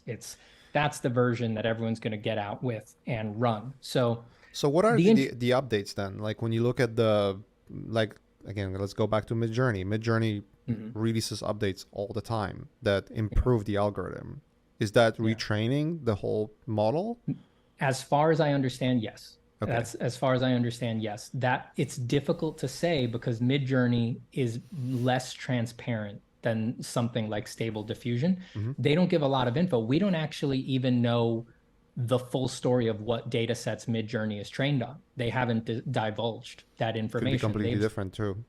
Yeah, For they've said parts of it. So they've said that they've used parts of lion aesthetic, which is like 250 million lion images that are weighted for potential aesthetic quality, right? So okay. they've admitted to that, but they've never explained what else is in there, what the full data set is. Okay. So I can't know for sure, but as far as I understand it from the technology, yeah, those updates are them retraining the model, doing some pretty significant changes.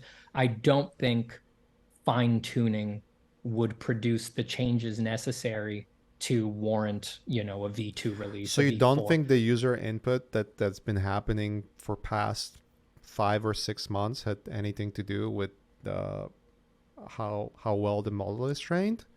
It's possible it could not. I say in my video that I believe they're going to do that, especially because it's just on the table. They're sitting on the Right. archive of it. Um, But like I said, I can't honestly say that I know that's happening with Midjourney because they don't tell people. They haven't admitted to what they're doing.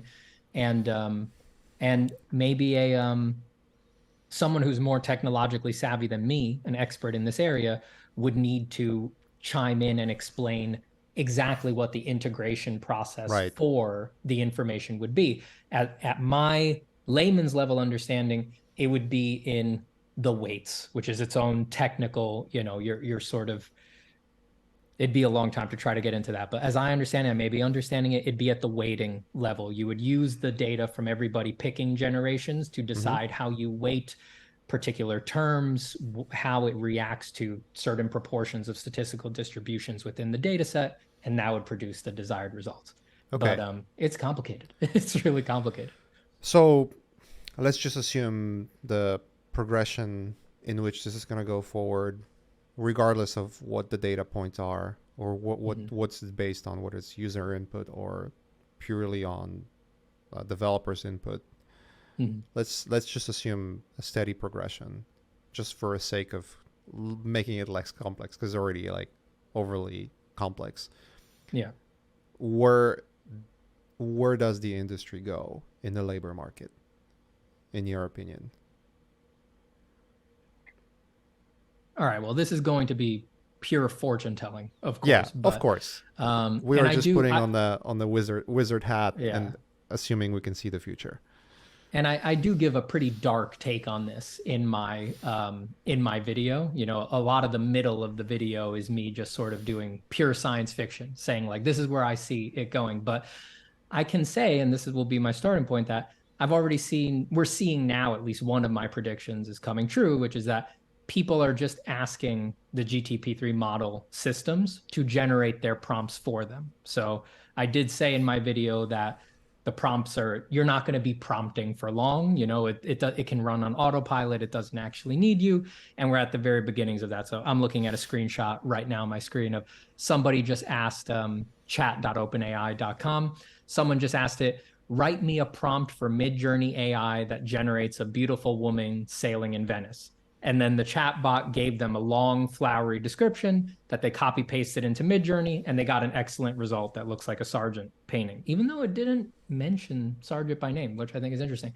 But so that's already slowly happening. I've seen a few more examples of that, and there's actually whole commercial products popping up now of I forget what it's called, but there's a subscription service now that it's like you don't need to write your prompts, use our tool, it'll write them for you. You just kind of say like this is the end result that I'm trying to get to, we'll write your prompts for you. So that first prediction is playing out. I think that will eventually hit an ultimate level. I don't think anybody's going to be prompting these things for very long.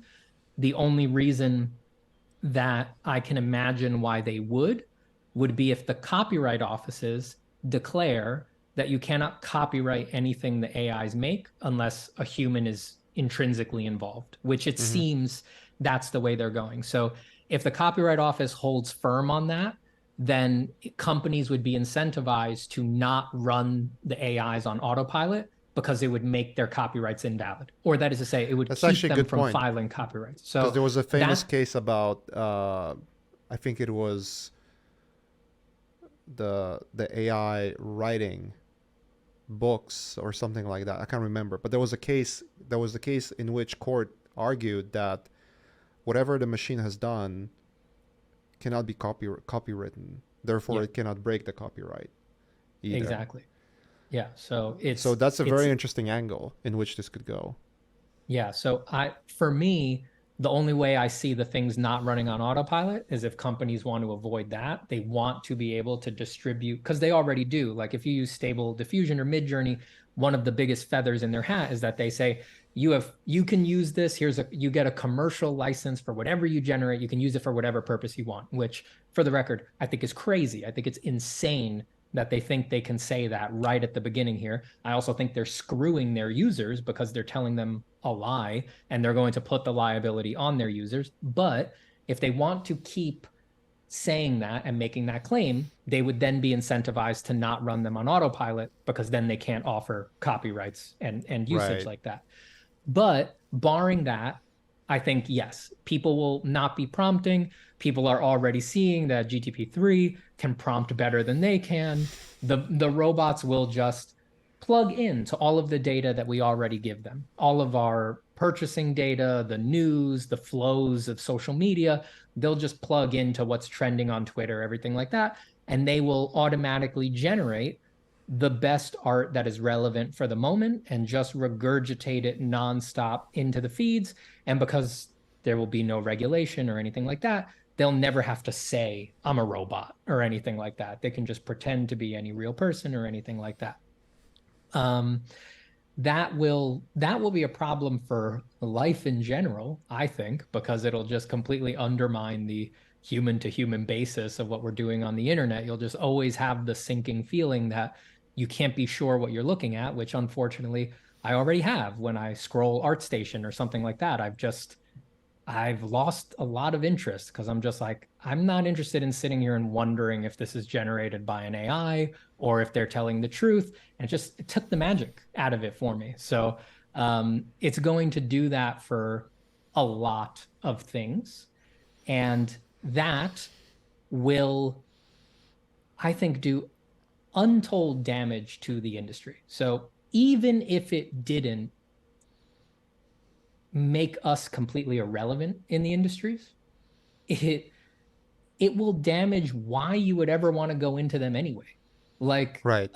why would you ever want to put the 15 years it takes most people to get good for all of your friends and family to not even understand that you didn't just click a button to make this? It's like it was hard enough to explain that to people when we just had Photoshop.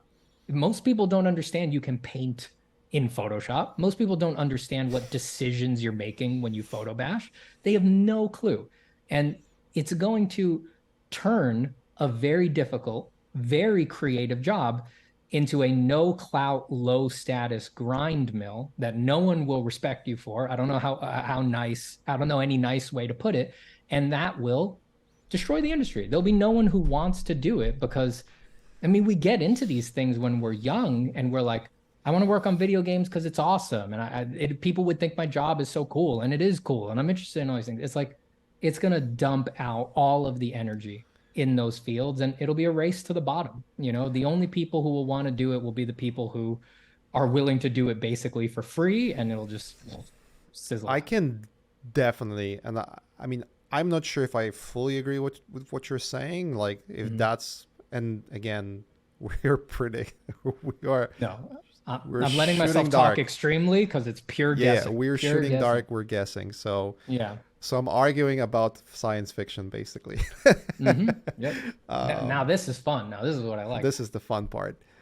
Um, I'm not gonna be like violently arguing it though.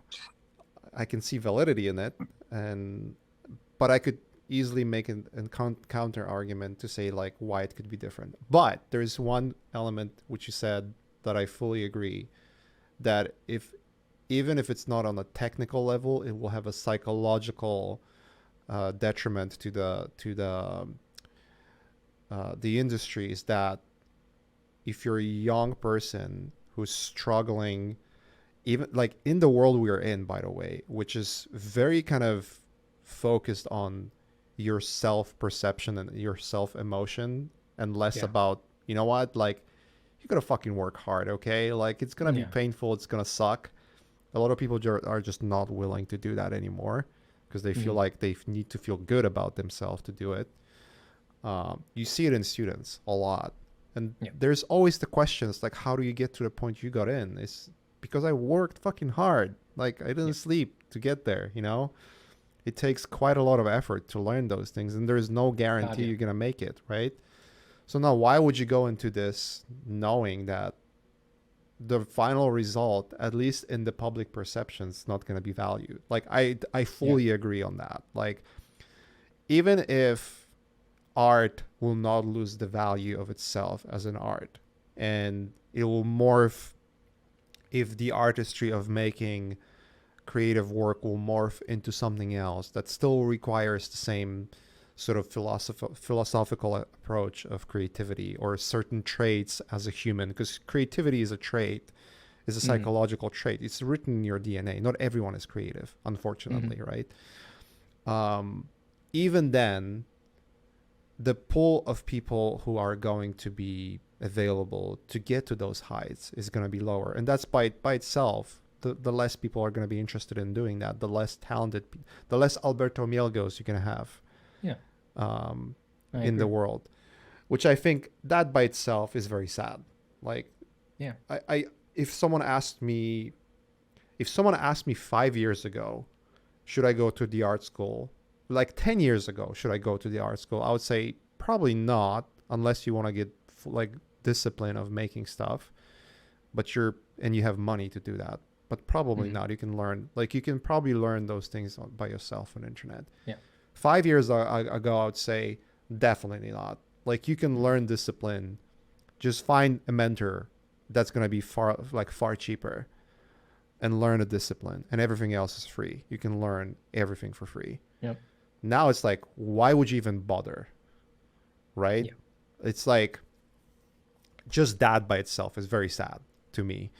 It is. That, you know, it's going to be very interesting to see, because educational systems, the universities, they have a huge lobby in government, obviously. Oh God, yeah. So they are definitely going to be part of the battle for I think what's so. going to happen. And again, I'm going to come back to the idea of, and I'm curious, like, you kind of touched upon it, but let's go more into science fiction, because Mm-hmm. obviously AI art is not in its own vacuum. We mentioned copywriting, but this is happening in all of the industries. Yeah. And I wonder, where's the breaking point in which AI displaces so many of us? Because I think where it could lead, if AI displaces vast majority of the labor, but it becomes hyper productive, and if it's managed properly, then we're gonna have abundance of resources, and you don't need a salary if you don't have to pay for energy, for water, for food production. If food costs cents on a dollar, if energy costs nothing, if gas costs nothing because it's so much easier to produce. Like, if you think Well, about those elements, right? Eventually, somewhere in the future, it's a possibility that the world's going to be so abundant in resources that no one will have to work. I think that's psychologically going to be a fucking challenge, by the way, because yeah. we are built to basically perform as humans. That's 200,000 years of evolution. Yeah. But before we get there, it's like, how do we even predict what's going to happen? Yeah, I think of that whole area of the discussion as the utopian angle, and all sorts of arguments are caught up with it. Like, is it worth it to do this if it might lead to a utopia, or it's like art is just a stepping stone. It's like it was necessary to do these other models that are going to do these bigger things and produce the stuff that you mentioned, like get a bunch of resources and things like that. I personally I don't feel very compelled by that argument. Well, that's not true. Obviously, the vision is extremely compelling, but I think it worries me more than anything else because a utopian version of what could happen with these machines still needs to be managed and mitigated by somebody. It needs to be mitigated by some government, the UN or something like that. It's like it Yeah, requires it requires a whole bunch of stuff that I don't have a lot of faith would go right to go right. It requires politicians and whole countries to decide, ah, yes, we're actually perfectly happy giving people whatever they want with no output on the other side. It's like that doesn't sound like the politicians I know. That doesn't right. sound I think the like road would the be very world I'm in. bloody to get there. I exactly. So That's what French Revolution was too, to be frankly I honest. I worry about it. I really worry about the utopian angle and the if and especially if we're not just imagining that this utopia is coming on the back of a big variety of sort of good but dumb AIs like the image AIs, but if we're imagining that for this to happen, we need a true, sentient supercomputer to run the world for us, right? If that's what we're imagining to reach the utopian level, that, you know, again, we're treading in sci-fi here, but the alignment problem is real. How do we make sure that what that machine does works for everybody? Right. Because we can't agree on values across countries, continents, hemispheres. So is it just that everyone gets their own utopia? There's a Chinese utopia, an American utopia, an African utopia that fits with all of their individual ideals.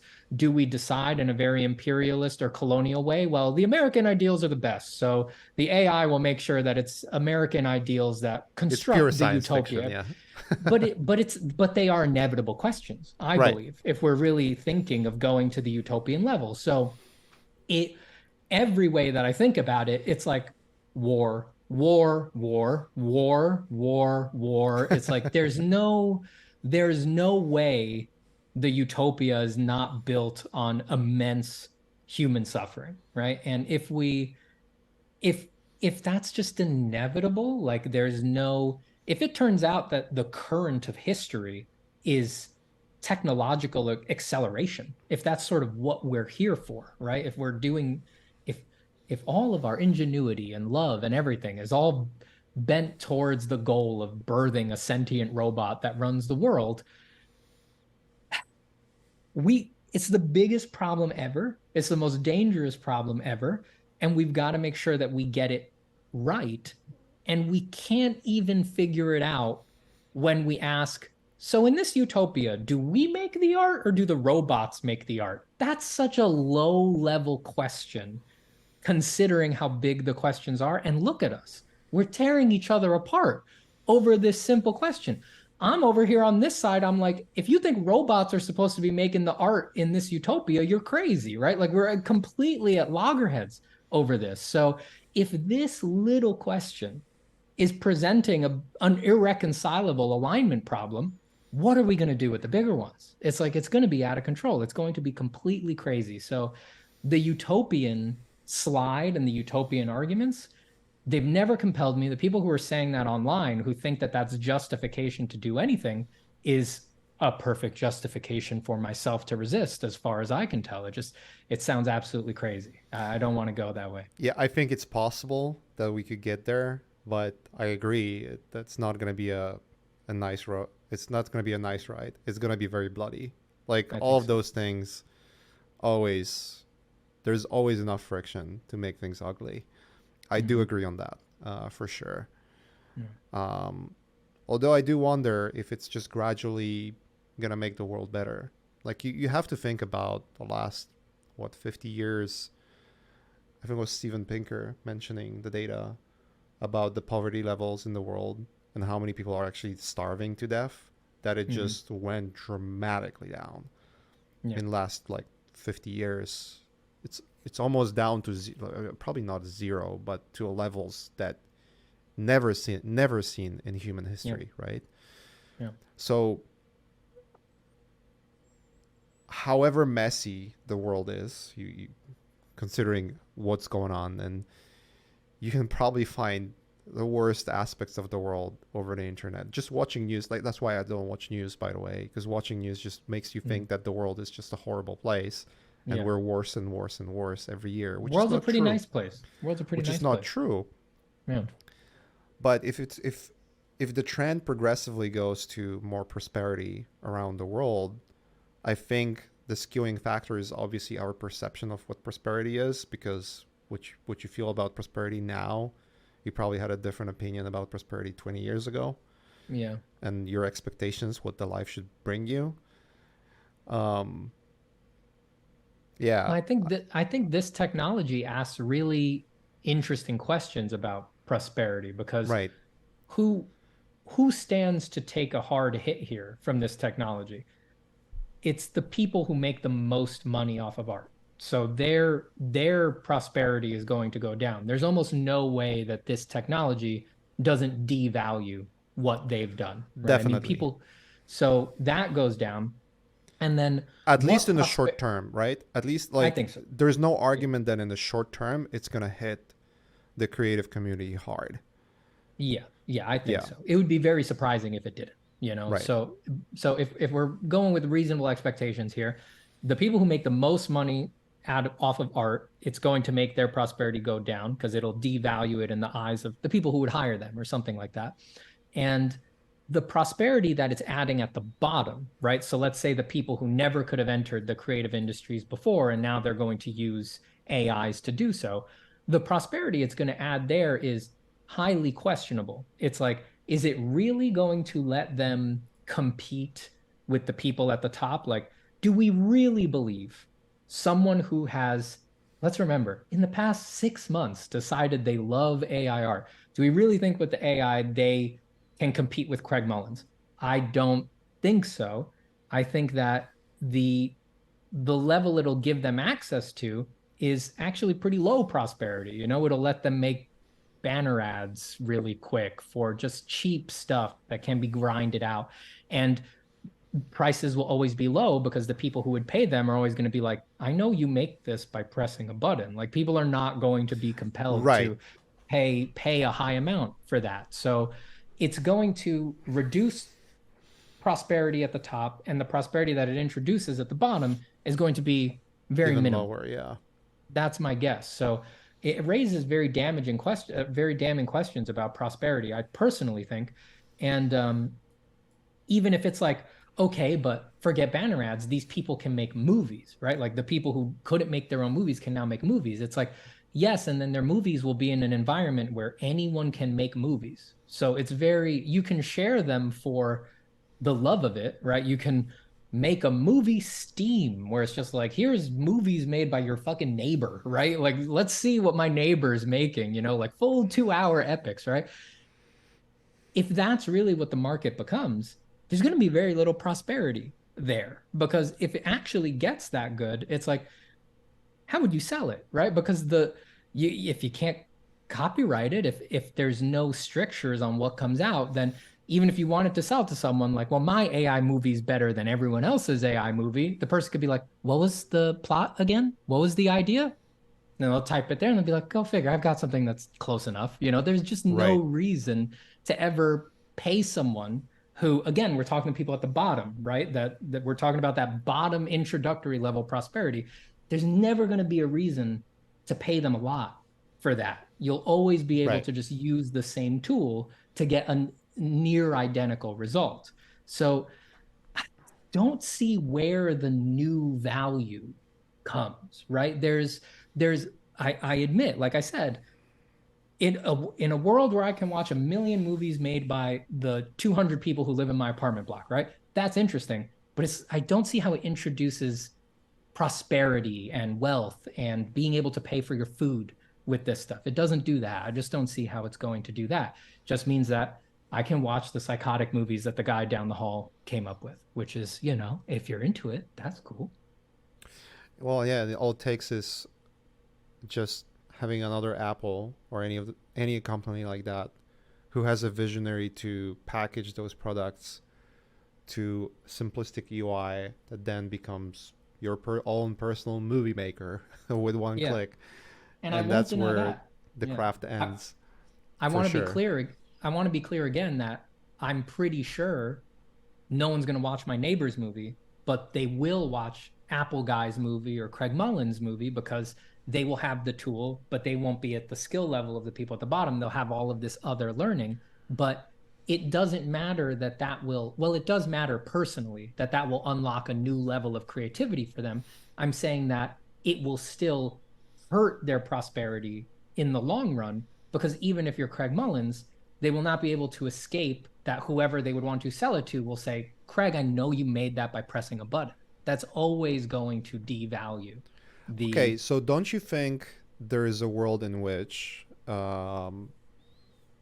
let's stick to AI art specifically, Mm, and let's stick to Stable Diffusion specifically. Don't you think there is a world in which the art by itself becomes a commodity? So everything you see, it's gonna be like buying apples. You know, there's nothing really intrinsically super valuable about it.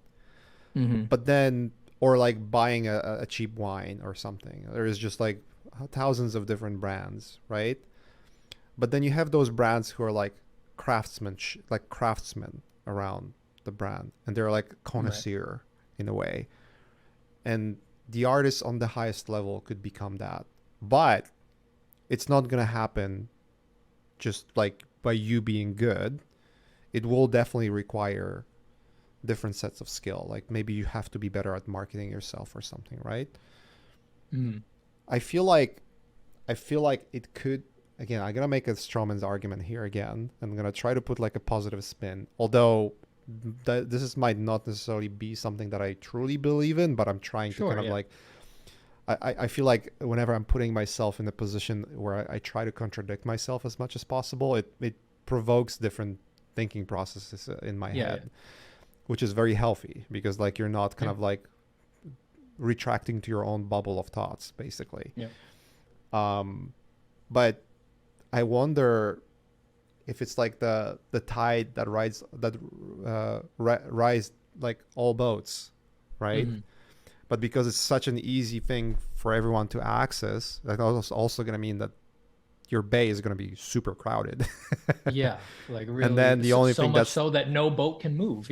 Right. But then maybe the boat that's already in the sea or Bezos' yacht, like the biggest boat, will gain the most attraction. I mean, art by itself, you have to consider the fact that art behaves like any other craft. The vast majority of attention goes to the little amount of artists that are out there, right? Yes. And let's say top 10% get 90% of work. For sure. Easily. Probably 95% of work. I could easily argue that, right? Yeah. I wonder if introduction of AI art is going to change that ratio. I do agree that it might change the value proposition of how much it's worth. And it might actually polarize that. Maybe on like the aggregate, most of the value is going to go down, but then on the like not top 10%, but top 1%, the value is just going to skyrocket. Because if you can be in a position in which you allow your work to be used by the algorithms, for instance, but you are in a position in which you can then set up specific rules around it. Let's say anytime someone's using it's like what Spotify does, right? Like anytime someone plays the music, the artists get a cent or whatever. Like the money is not great, but it's there, right? What if that was the case for art? Right? What if there was a case that anytime someone prompts or anytime the algorithm is using your specific images to be sourced for someone else's prompt, that's where you gain the revenue. And I had this better. Yeah, and I had this thought for a while because I mean one of the biggest events of the last 2 years, non-political and non-world changing events, were the emerging of crypto, and obviously how many failures came out of this, like another dot-com bubble, basically what's happening in crypto world, basically. But the blockchain technology by itself is almost a perfect infrastructure for something like that, where you have the trace record. If let's say, I know NFT is a word that is very polarizing too in the world. I don't think it should be. I think it is because there's a lot of misconceptions and misinformations about what it really is. And it doesn't help that you have a lot of bad actors that are using that to basically scam people left and right. It's crazy. It's like a Wild West. Yeah, that was a wild time when that took off. Jesus. But the underlying technology, it almost perfectly fit for something like that, in which, let's say, anything you do is minted to be an NFT, and it creates sort of like the provenance of an artist. It creates sort of the track record. Where is this artwork coming from? Who actually made it? Like if you never publish the artwork, if you make an art, never publish, never show it to anyone, and then you mint it, and you're sort of like, that's your publishing tool. Instead of posting it to Instagram, Twitter, instead of posting it to ArtStation first, no one see that art, you mint it, then it's yours. There's someone else who take that art and mint it again. There is a clear history in which you can point. That's the first wallet that minted Right. that. You cannot hack that. That's just there. It's like Yeah. it's as solid as it can be, soundproof, unless AI decides to, like, unless there's an AI which can hack blockchain. But I think that's where there's going to be AI who can also build firewalls around Hopefully. Yeah. blockchain, right? So it's very interesting, but that's purely science fiction here. Yeah. But if the provenance was there, if your art was in an NFT form, and I'm not talking about NFT, you putting it on OpenSea or auction houses and trying to sell it for millions of dollars. I'm talking about you having your art to be on the blockchain, showing the true provenance where this art is coming from, directing it directly to you, your wallet, your personality, your persona, you, right? Yeah. And if that would be the case, and then the algorithms would use that art, there would be a clear track record where it's coming from, and it would be and probably the easiest infrastructure to distribute the royalties, because that's what NFTs technology is built upon too, the royalties as Yeah. well. All right. So yeah, so from my understanding of the two technologies, it would require some agreement between the two parties. Like any AI system that was properly motivated, as long as there was some way to see it, they would be able to scrape it, screenshot it, do something, right? Because it's only ingesting at raw pixel level, right? So I'm not saying that it would be likely that they would Well, go through NFTs are whatever open hoops source, would be by the necessary. way. Just so you know, like NFT, the Okay. technology underlying is open source. That's not like a Yeah. proprietary thing that there needs to be a corporation agreement. And Right. technically, Stable Diffusion claims to be open source too, right? In a way. They do. Yeah. I mean, they are. I wouldn't take that away from them. I think there definitely So are. right. I think they are open source. I would say that that's not a good thing. They like to throw that word out there like it's guaranteed as long as it's open source that it's good. And I just want to say like there's nothing in the rule book that says that's the case. And I think we're sort of, like I said, it's their particular infraction that we're really dealing with these Right. days. I actually think in this case it would have been real nice if they weren't open source. We would have had more time to think this through and to get things ethical and to get consent involved. And I personally would imagine that they're seeing that. Like I can't imagine everyone at Stable Diffusion is looking at this backlash and being like, no, we did everything right. I bet a lot of them are like, shit. And they're just like, because of the optics, they can't admit what Of happened, you course, know? and vast majority, and like for people who think that there's like a bunch of evil developers that like, whoa, are we gonna screw the artists? Like, Yeah, bro, that's definitely like not a thing. That's they are definitely like not a us. thing. They're nerds, okay? They just want to Yeah. make cool stuff, and Yeah, we all get go fever, we have yeah, the idea and we're like, damn, I got to make it. So I definitely don't think there's, mustache twirling maniacal programmers out there at these companies. I think that they weren't, I mean, you look at the CEO, you look at the people who run the companies, they're not us, they're not, they weren't part of this world. They probably never been to ArtStation looking around and things like that. They stumbled upon a particular technological possibility. They were excited by the possibility and they came to market as fast as possible because that matters in yeah, tech. I don't need to add maniacal evil intention to that to get to the result that they got to. It makes perfect sense with just those incentives yeah. laid You out there. build a product you're excited about, and you want to put it to the market because you as a developer, you want to make stuff obviously and make money doing that Yep. That's because you, enough. you have Yeah, to pay they don't for the need. bills too.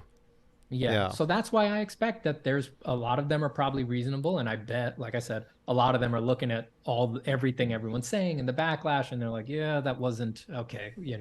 But it's just everything gets tied up in company politics, what you can say, what you can't say, how it would, what you can admit, what you can't admit, what will hurt future valuations, yeah. investors, things like that. So these are just incredibly complicated topics that get tied up with just about everything else, but yeah, the open source thing is not. I just want to remind people that that label is not just intrinsically good on its own. No, Certain yeah, it things. definitely Yeah, brings its set of intended or unintended consequences, yeah, whichever way you like to look at it. I mean, yeah, great example of this on a huge scale is Uber, yep. and how it just basically completely displaced taxi industry. Yeah. Um, I'm amazed every time I see a yellow taxi cab on the street. I live in New York City, so they're an institution, but I'm like, are you guys just running off of tourists? Like, who is taking you right. anymore? Like, I'm amazed every time I see one. I think But people are see, just riding in them to get a photo. on the consumer level, you're happy about that in a way. Yeah. Like cheaper, faster, more comfortable, less rude. Hell yeah. I mean, it comes with the problems. They had some big issues like not Yeah. vesting the drivers and the surge of crime that they had because Yeah. of that. So there's definitely problems. Hmm. But I think the idea is that, I mean, not the idea, the fact is that a lot of companies like that, the way they operate is just like, let's make as many mistakes as possible, see where the Yeah. failure points are, and then just fix them. Worry Yep. about fixing them later, Yeah. but get to a results we want to get to. It makes total sense in terms It of does. Yeah. building. The unfortunate result is that it creates something that is a massive disruptor, and the it's accelerated uh, dramatically in the way we are like, it's very hard to comprehend like how fast things are moving. Yeah. I was thinking the last 2 year, like last 2-3 years, I feel like I'm so overwhelmed with so much, like how much has happened in the last three Same, man. years compared Same. to like my whole life. I feel like Yeah. my whole life got compressed, like the history of my life got compressed in the last 2-3 years, and then repackaged again. Here it is, COVID, war, like this and that. Like Yeah. what the, like give me a break. Like I what's, know. We've all been through a lot. We've all been through a lot. It's been it's intense. pretty wild. Yeah. It's gonna be very interesting to see where this is going. Like again, I see a lot of, like, it's a mixed bag for me. Like I don't want to be in a position where I say it's like a doom and gloom. I definitely Hmm. see where this could go wrong for entire industry. Hmm. I think the worst case scenario that could ever happen is if a huge corporation takes control over those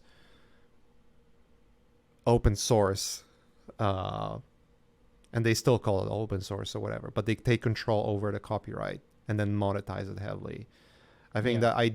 the ideal world is where it becomes a compromise in which, if there is a legal precedent or not, or maybe a willing of certain lobbying parties that care about both industries, um, to, at least to my knowledge, to how much I know about AI and crypto, I think if those industry come together and build something in which both parties can benefit and profit, I think Right. that would be like a great compromise, because then, okay, everyone can make art, but it's like stock photos, right? Like eventually at the end of the day, you're going to look for something that's like actually valuable for you in your project, and that might actually be worth more than Yeah. thousands and thousands of same O's, basically. Yeah. And there's a So lot of samos in the AIs. There's a lot of yeah, I samos. mean, there is a lot of same O's in art in general. Like, Hmm. let's be real. It's just now the quantity of that's going to be thousandfold. Yeah. I mean, maybe even more. I mean, it's just so exponentially. It's it's so weird because we just don't have analogs for this kind of technology. Like we don't even know. We just don't actually know what we're doing with this Right. damn thing. The latent space that is what everybody's interacting with that then outputs images. It's like that's a question mark. Like it's a lower dimensional representation of a higher dimensional reality. That's how they describe it. That's not me making it up, but Actually, I had started talking about this earlier and I got off track. Let me get back on this. I just want to remind people, and again, this is more philosophical, but it's like when something like Stable Diffusion is trained, it's locked in place, which is unlike human learning, right? We're always adapting, Right. transforming, our moods affect everything. Stable diffusion is just, it is what it is as it was output, right? And it's going to, if you give it the same prompt and the same random seed on any given day, it will produce the exact same output image. And Right. it's important to understand that it is locked in place, and everything it's capable of is already in there. It's already contained within the latent space. It's not learning like us. It's not growing like us. It's not developing. And there's nothing stopping someone from just running all of Stable Diffusion and outputting every possible image it can make, except for an impossibly huge electricity bill. That's the only thing that's stopping Right. somebody. So in a very real sense, it may sound like I'm trying to be pejorative, but I'm this is real as far as I understand it. When you're interacting with one of these systems, you are you're mining. You're going in and you're trying to locate yourself using the prompts within a space that is already defined. It's already objective. It's like it's almost art direction, but it's almost like it's more like art finding. It's like those pieces of gold are already in the river, and the people who are prompting are sifting for gold. And there's a lot of fool's gold, and they're throwing it around, but there's not, it's not generating unique things every time that you prompt. When they shipped Stable Diffusion, it was done. I think some people don't understand. So you put in a prompt and a random seed, and you get an image, right? Those are the three main components of doing Right. a generation in one of these systems. They are so objectively, perfectly, mathematically linked that if you have the image, a final image outputted by Stable Diffusion, and the random seed number, you can actually run the programs in reverse. I don't think anybody does this, but you'll get the prompt. It can give you the exact series of words that would lead you to that place in the latent space. It's just, it's, So it's the more properties of mathematics. mathematical, mechanical than Yeah. imaginative, for sure. Yes, I want to make that clear because people are really hung up these days on well, they say it's an argument that is like, well, it learns like us, so we can't critique it or we have to accept it. It's like, that's not actually an argument. That's a non sequitur. People learn how to do many illegal and wrong things. That doesn't mean that just because they learned how to do it, they're supposed to be allowed to do it. But yeah, it's also, it doesn't learn like us. The If nature it of did, its we would be in learning. the general I think it's GI, right? General Yeah, GAI, I think they artificial call it, intelligence. yeah, AGI, artificial AGI, yeah, general intelligence. yeah, I think okay, that's AGI, usually okay, how yeah, they that's the right order it. word, Yeah. which doesn't exist. Like, No, as far as we know. Yeah. I watched Lex Friedman, and he said it doesn't, so I trust him. Yeah. I believe it too. I don't, He's I the don't see any. MIT AI engineer. Like, Yeah. if I there's trust them. anyone who's out there on the level like him, we would know it for sure. Yeah. And I've it's very seen some fascinating to. people, Yep. I've seen some people claim in arguments, I assume they're trolls online, that they believe stable diffusion is conscious. And it's just like, that's That's crazy. yeah, that's crazy. I mean, it's It's probably just not. crazy. You know, Probably there crazy. was this whole thing where I think it was Google or Facebook story that one of the engineers came out and said that, the the AI chat became conscious and start like, you know, Yeah. acting emotional and whatever. God, that was interesting. I read It, those chats, the excerpts that they posted. They were haunting.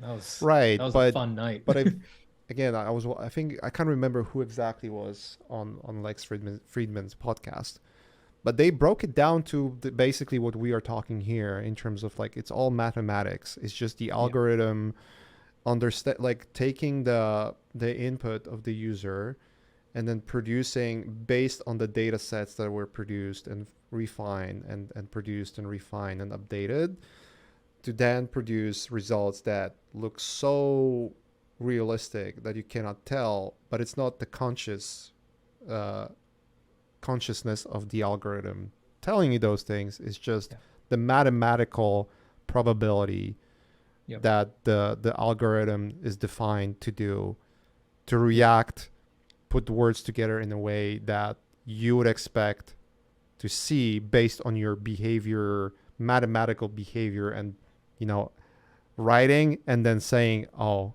this response was good, and then the algorithm logs that data. It's like, okay, that means from point A, your input, to point B, the chat's output, there is a path, mathematical path, and it remembers which decisions in that mathematical path, arguably, because I don't know how it works, but I imagine that's how it works. I think you're right? about there. Yeah. It's a probabilistic system. Correct. So Correct. when you ask me to make you art, right? Like if a client asks me, Steven, I need a picture of somebody threatening someone with an axe, right? I I try to produce what I believe is the best solution, right? Based on the criteria. These programs are not doing that. They produce solutions or options that fit statistically, that probabilistically speaking, they say it's 75% likely this looks like an axe. It's 85% likely that this looks like a scared person, right? And Right. it's just probabilistic determinations. And like I said, if you have the prompt and the seed number, you can ask those two combinations every day to Stable Diffusion. It'll give you the same result every time. If you ask me to do that picture 1,000 times, I can give you 1,000 different versions, even if your input variables are exactly identical. Right. Yeah. Even if you give me a stricture, if you give me a piece of paper and say, I need a drawing of a man threatening someone with an axe, but it must be based around this squiggle that I put down here. That squiggle must be intact, right? So we can try to draw an analogy between that squiggle and the random seed number, which is a noise field for Stable Diffusion to begin with. I can still give you an infinity of permutations where the squiggle is maintained. It doesn't matter. So we're just not like it in that sense. Also, because of the fact that it's trying to produce answers that are statistically likely, that produces problems like overfitting and the embarrassing things that we've seen where it's like you ask it for salmon, it gives you cooked salmon in the river instead of a living salmon. It's just like because it's seen more pictures of cooked salmon than it has of live salmon. It's going to make mistakes like that over and over again because unlike us, it doesn't have a cohesive worldview. It doesn't understand what's alive, what's dead, what fits with context. It just says, statistically speaking, when you use that word, it's probably this, right? So if I go back to the example of if someone needed a picture of a man threatening someone with an axe, right? It's extremely unlikely that Stable Diffusion, because axe is used and most pictures of axes include the axe, it will put the axe in basically every image. But I, being a creative artist, I might say, I won't put the axe in the image. I'll instead show the person scared with the shadow of the axe cast across their face. Stable Diffusion would basically never give you that because there's almost no photos of axes that are just the shadow of the axe. It can never come to a conclusion like that because it's just utterly underrepresented within the data set. Unless you specifically instruct it to do so. Indeed, if you which basically creates this another level of input, meaning you have to put creative prompts, descriptive creative prompts.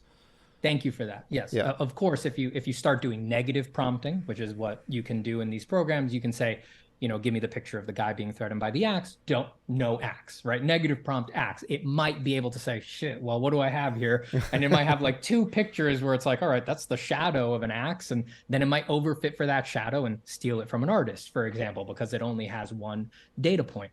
So the example that I'm saying is with a more simple prompt, of course, but the problem percolates forever, right? Because for any negative prompt or positive prompt, a human can be truly creative. They're not slave to a probabilistic data set. They have a cohesive worldview, right? So there's it's all of that is just me riffing a little bit on this, what I consider the very erroneous and spurious argument that these things learn the way that we do. It's like, for that to be the case, you need to assume that consciousness and self-awareness have nothing to do with learning, which is like, I don't assume that. I think that the fact that there's someone here to learn is vital to the act of learning. There's nothing there to learn anything in these programs. I don't think the learning they're doing is learning as we're familiar with it at all. I don't think that makes any sense. Until I hear that there's a general artificial intelligence algorithms out and working, I would never trust this argument, to be honest. Yeah, same. I just don't see it feasible. If it was the case, then everyone would be on it, and everyone would be talking about general and artificial intelligence, and no Yeah. one does.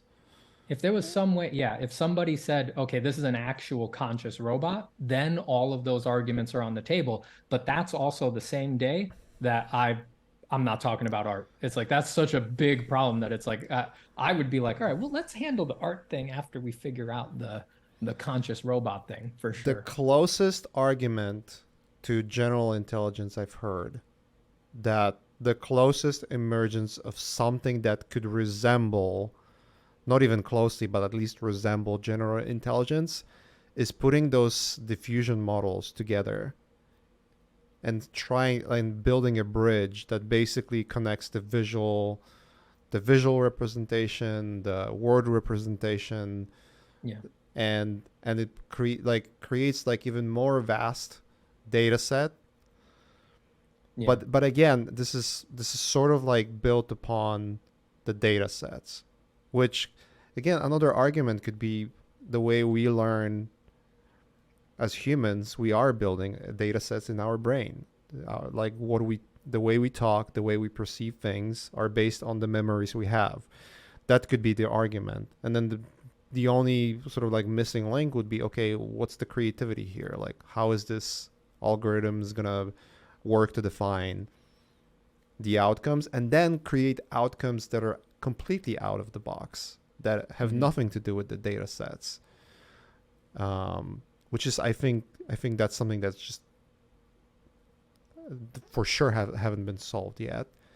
And Yeah. from As the far as I know, that's just not possible right now. I mean, these things and don't do from that thing. hearing discussions of AI scientists, they are saying it's either impossible or incredibly difficult, and they don't even know how to get there, even with the help of AI. Yeah, I think that's because we don't understand how that works in us. I Right. mean, we don't know the nature of consciousness in a human being. So even if we had a very convincing robot just off of raw data, not a robot, but like a chatbot, right? That's just like, wow, it passes the Turing test for everybody. Everybody just thinks Right.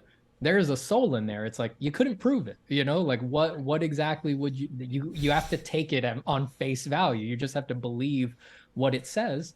And the only way that we would ever change that is if we figured out how that works in us and try to Yeah. translate that over. But we just have no idea. We really don't know. It definitely passed the Turing test in the echo chamber for sure, but then it breaks Right. apart the moment you go out of the box for sure. Yeah. It's very Well, intriguing. I think we saw that the Turing test with like, the Google researcher who was convinced, he was like, I think it's sentient. I think even if, yeah, I don't agree with him. I'm not sure if he was maybe trying to make an ethical statement. Maybe he was trying to alert everybody that things are getting very close. Like I'm gonna assume he believes what he said, right? That he really thinks I it's don't see a reason conscious. why not to believe what he It- says. Like, It's just you so know, extreme, it's such it an is extreme extreme, thing but to it also say. might be just misled based on the limited information that I have and have heard the arguments about why he could feel that way, and based what those algorithms are built upon, and based on what data is available, at least publicly, in terms of what Mhm. AI research is. Seems like it's just very convincing, but there's a quite logical explanation why, Yeah. and it's So not the so general intelligence. indeed. So I think that that's what we're finding, that like the Turing test was not enough. I think that's what this is showing us. Right. It's like it turns out we're pretty easy to trick, actually. We're pretty Yeah, willing to we are. anthropomorphize and project onto it. It's super interesting. I think it might have been him.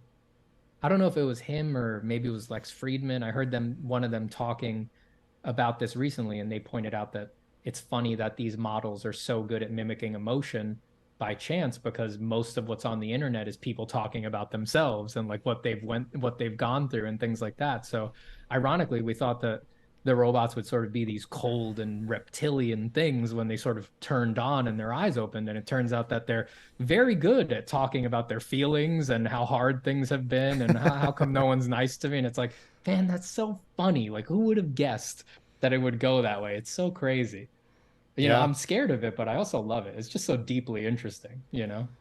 Yeah. I mean, but then at the end of the day, does it really matter if there's a logical explanation that tells you that's not the general intelligence, if it can fool you to the fault every single time, That's the right? question. It's like, what do Because we if that's do? the What case, do we then do? does it really matter if it's general or not? Indeed. Then it probably doesn't matter because in your perception, you cannot even tell. Yeah, I mean, it would be like, you know, let's say me to my dog, the intelligence difference between me and my dog. As far as my dog is concerned, my dog is my dog has pretty reasonable grounds to believe that my power is limitless and that I'm basically Right. God. Like he gets food whenever he wants it. He decides when it comes around. He has a magic chariot that can take us places. He's God. He's Apollo. This is amazing. But I'm actually a very limited being. So to be put into relationship with a machine that just has a similar intelligence gap as between my dog to I, to put me in relationship with one that I'm the dog, I would just always think it's God, even if it's quite limited. It would Right. seem functionally infinite as far as we're concerned. So again, questions like that are like, because then it might say, trust me, I know what I'm talking about, when it doesn't know what it's talking about. And again, that just leads me back to what we were talking about before, like the alignment problems, like the idea that we're just going to let corporations and companies push this stuff forward in this ill-guided utopian hope that it's a good idea to make these things with no regulation and no oversight. It's like, it doesn't sound like a good idea. It doesn't I sound have like a really wild thought experiment, which if AI can fool you to believe the Turing experiment, right? To believe mm, that you're talking to something that could possibly have a soul, that means to me that it's not feasible to believe that if it can fool you by just typing things, it can also fool you that your thoughts that you think are conscious are generally data sets that are vast. mhm. And if that's the case, if you're fooled to think that you're a conscious person, and if Yeah. your eyes are fooled to believe that what you see is what you see, well, maybe we are in simulation. Maybe Yeah. we are AIs running and Sure. having the prompt written that we gonna be, this kind of Yeah. personality, and this is the traits we have, Yeah. I and this mean, is how we react and see things, and this is the that's a, flaws we have because they're written in the prompt. I love it. I mean, I do. I mean, I'm all there for it, baby. Like that's Yeah. the good stuff right there. That's the thing. Like we said, like it's I think we really need to we can't answer these questions about ourselves. What you said might be true. Yeah. We have had these philosophical problems forever. We don't know if we have free will. We don't know if this is a simulation. I mean, my God, you read the physics theories, stuff is crazy. I mean, there's reasonable theories that we live in a block universe where it's just time is an illusion and we're moving through some sort of quantum super sculpture where it's just like there is no actual connected flow of things. It's all discrete instances. If that's true, yeah, we're not people. We're not anything. It's just like we're some epiphenomena built on top of something that is We're just in completely Matrix. non. Yeah, it's just totally. It makes no sense. So we Yeah. can't.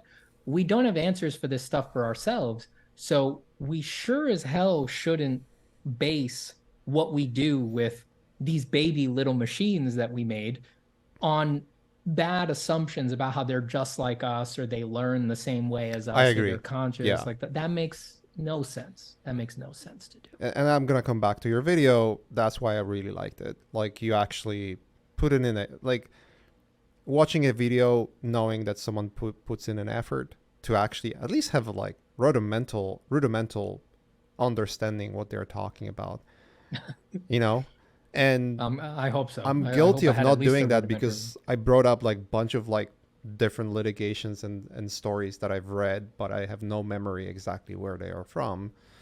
And Yeah. Oh, don't worry. There's a lot of stuff going on here. I mean, I've been doing Yeah. research into this for a But while it's now, and validating to know that you've heard about them too, which means, oh yeah, it yeah, probably true. It's just like I'm not bringing exactly what it is, but it's a yeah, point of discussion. Like I have a pretty bad memory, to be honest. Like I'm very forgetful, yeah. unless it's something that I know specifically I need to cater to, and then I have a Look, man, perfect memory.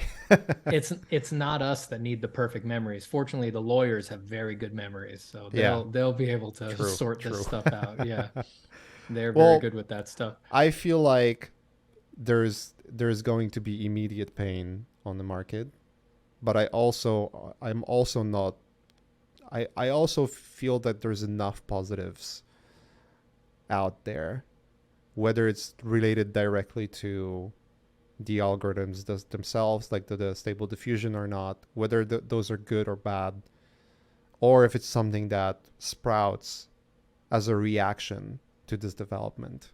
Hmm. You know, I think we've mentioned in the beginning of the conversation that humans are horrible at predicting and amazing at adapting.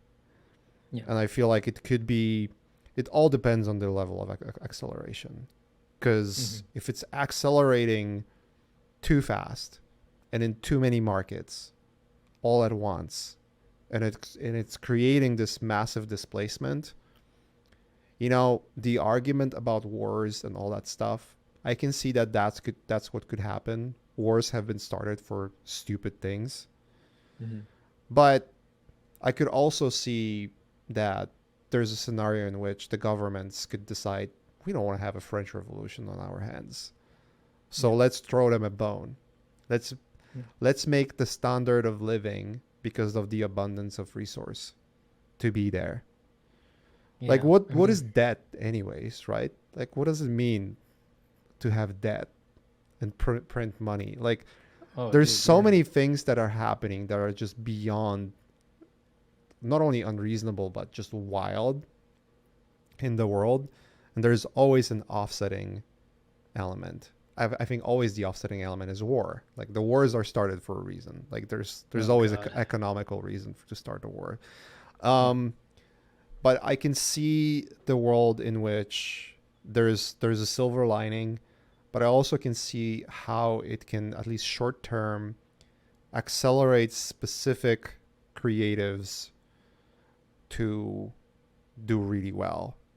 Hmm. And I think this is another time, and I like to, whenever I'm asked the question, and this is sort of like my personal kind of, when people ask me personally, what's the best way to like get to a high level as an artist, and that's been a question asked like for over 10 years, let's say. Yeah. Or what's, if you had to give an artist one advice, what would that be? That's actually a better question. What would be that one advice to an artist? And I think I've used to say that a long time ago. It's that you have to learn how to learn and adapt. Yeah. If you don't, you're going to be left behind, because I've seen this happen, not in that accelerated timeline, but if you work in film industry and you hear about the legends who worked in the film industry, like people who did work on, Blade Runner, or like, you know George Lucas movies and whatever, those who transitioned to digital art, they took the time to learn those mini paradigm shifts. They adapted and they've prospered, Hmm. and everyone else just ceased to exist in the market, like Yeah. literally ceased to exist in the market. The problem here is it's basically a full disruption of everything. It's Yeah. not I just a mean, tool, right?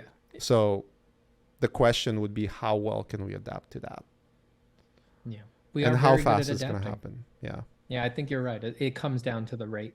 I agree with that. If it went much slower, it would just people would have time to make decisions, decide that they're not willing to go through that chaos, or oh well, it turns out okay, that means the film industry is not going to be the thing that I wished it was. I'm just not going to get to be creative in the way that I want to, Right. and they would have time to divert and do different things. And that'd be great. But yeah, there is a limit at a certain point where there's only so fast a person can adapt because they need to sleep and eat and, have a family and things like And you have that. So work, and you have no time to think about things like, how am I going to pivot my life in a matter of 3 months? yeah, exactly. So So I I can do see think it comes that, down to the time. yeah, yeah. Yeah. We need to prioritize that. I mean, I had a talk about this stuff with Miles Johnston. I don't know if you know him. He does these Yeah, really incredible I love his graphic art. drawing. Yeah, yeah. Yeah. So I had a He's talk with him about this. Swedish, right? I think he was, Or I don't know. lives in I think, Sweden. yeah, he does. He does Yeah. live there. I think he was born somewhere else, but Okay. the I'm not too sure. Don't quote me on that. I don't know his biography, but No, I love his um art. And actually, I have a yeah. question about follow up question about that. But yeah, go on.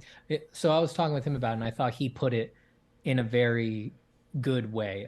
I wish I just had the quote here, but he basically said that he thinks that it's not unreasonable to expect or to want to give human beings who have put this much time into developing a skill set and making a career that we otherwise thought was pretty safe, giving them the time to handle the transition well and to have a little bit of breathing room to not just go through unmitigated chaos on the back of these machines that they don't suffer. There's nothing to lose for them, and I think it's important to remember that the rate of acceleration, like this feeling that we have that it's like it's just going so fast and it's only going faster, that that is true emotionally, but practically speaking, there is a real gritty reality to that, which is that it just comes down to how many NVIDIA A100 graphics processors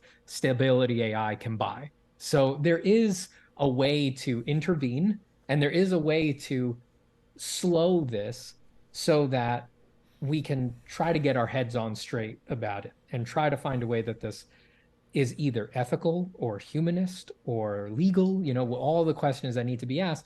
The rate of acceleration is the number of graphics processors in a room, so I know they're not in the room, they're distributed all over, but you know what It's I the mean. money, like Yeah, it's whether money. it's the processing power or development time and the amount of developers that they need to work with to make that It's happen, money. to make the changes. Yeah, developers cost money. They don't work for free. Yeah. They want to see the profit, whether the company is profitable or not. That's Yeah. where it comes down to.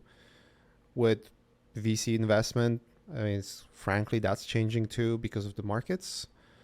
Well, now AI is becoming the new hot thing, right? It used to be like you have to Right, be a social media company, and now it's like, but even then, investing, because of it's because it's not a bull market, and the interest rates are high. mm, The amount of investments that go into companies is significantly lower. yeah, So there's more expectation of profit that comes from the companies than ever, yeah, right? It's not like when you learn that Twitter has, since its inception, was losing money, like never made any crazy, money. crazy. What is this? None of this is real. It Crazy. almost sounds like a Ponzi, right? Like it's just like, where's the money coming from? Like, Yeah, and it's just it's nuts. investors. Like they're investing with the hope it's investing more and more with the hope Yeah. it's gonna be worth even more and more. Mm. Well, at the end of the day, there was Elon Musk who bought it, so they got what the worth was, right? They actually got it Yeah. twice what it was worth. So Oh, so good for not a them. bad investment, right? At the end Not of the bad. day. Um, but yeah, it's you're right. There's the money is the factor. Yeah. The more money is visible there, the faster it's going to accelerate for sure. Yeah. It's not the general intelligence where it's just going to skyrocket whether we invest in it or not. Like there's Yeah. definitely, um, yeah, there's definitely mitigating factors. And again, like something you mentioned that I've never thought about is the copyright office and the fact that you technically, I mean, I would have to look into it to make sure that that's for a fact. Mm. But I wonder what the interpretation would be. Is AI art copyright or not? Yeah. If it isn't, Last I heard, yeah, it comes down to how much human effort went into the final product. So right. again, no concrete um no concrete things have been said on these topics, and there's many topics. It's like Well, so just on the prompt, is just the prompt copyrightable? It's like debate there. Then what you make with it. So yeah, you use the AI to make the image, but then if you turn it into a comic book, is that copyrightable? And then if it is, at what percentage? Is it just like, is it just arranging the AI images is enough to warrant a copyright? Is it that you need to change them significantly, add text? What if the text is made by an AI? So there's there's a lot of different points that need to be addressed. Yeah. It's not just one little question about it. What if, what if AI art, like, what if the interpretation is that it's not copyrightable? And if you want to copyright, then you need to provide royalties to certain parties. That could be the world we are in. If it's not copyrightable, then I can tell you with quite a certainty that big studios, filmmakers, unions, they're gonna move very slow on this. And if the world, they're not gonna like that. and if the world that's gonna be created is the world in which they can significantly cut cost of production, but it also means that their margin of profit losing its value because then everyone can use the creation that's been made without concerns of copyright. That's going to be a huge topic for them to solve. And I think it's going to move slow enough that the works of like working for studios, working on film, the amount of usage of AI you're going to have, I think it's going to move on the rate slow enough for you to like think and adapt. Yeah. But that's just my assumption, considering the copyright issue, right? Yeah, I feel like I agree. Yeah, so I think the particular proclamations that, and again, it's like different countries have different copyright laws, so it'll be interesting to see what goes where, what happens where. I actually think, if I'm not mistaken, there is a country that went the other way recently. I got to look this up. I got to make a note about this, but I was reading that there was a country that decided, no, actually, it's fine. You can copyright the AI thing. So it's an interesting, I think it's one of the most important places to keep our eyes on here at the beginning, like where individual countries land on if it's copyrightable or not. I think that's going to become very relevant very quickly. And there's one AI user who made a comic book. They're getting very famous now because this news story has been circulated a lot. They tried to copyright it after they made it, and the US Copyright Office denied their copyright because they had said they used AI to make it, and they're trying to appeal that and earn the copyright.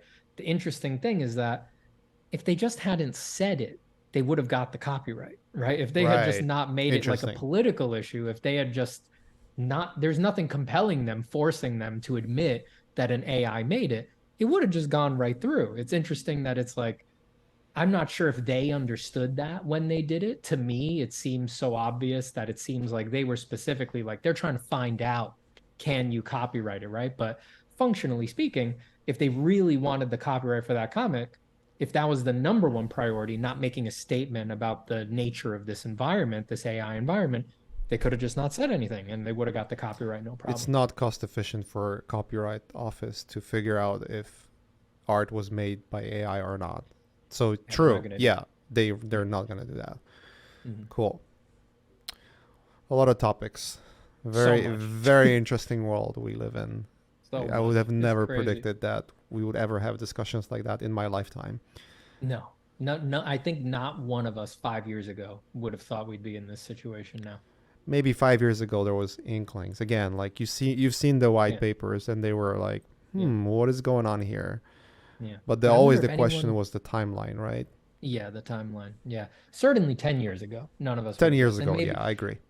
5 years ago, maybe the most prescient amongst us would have thought that it was going to happen, but no one was believing them. no one was believing it was going to happen. Yeah. Interesting. Well, I think it's a good point to wrap it up. We've been talking for over 2.5 hours, believe it or not, almost 3 hours. It'd be easy to do another 3. There's a lot there. Yeah, easily. Yeah. Yeah, let's definitely do it again. I'm pretty sure like a few months from now, we're gonna have a vigor discussion about Oh yeah, what's yeah. happening. Like I said, I'm pretty sure a lot of litigation stuff is going to come up very soon. That's my guess of like what's going to sort of define the news around this very soon. So I think we'll have a lot to talk about. We'll have a lot to talk Cool. about for sure. Anything you want to plug at the end of the show? Um, I'll just do the same one. I mean, I have my YouTube. Check me out on YouTube, Steven Zapata. That's StevenZapata. Just plug me in. I'll I link pop it in right the up. show notes. Thank you so much.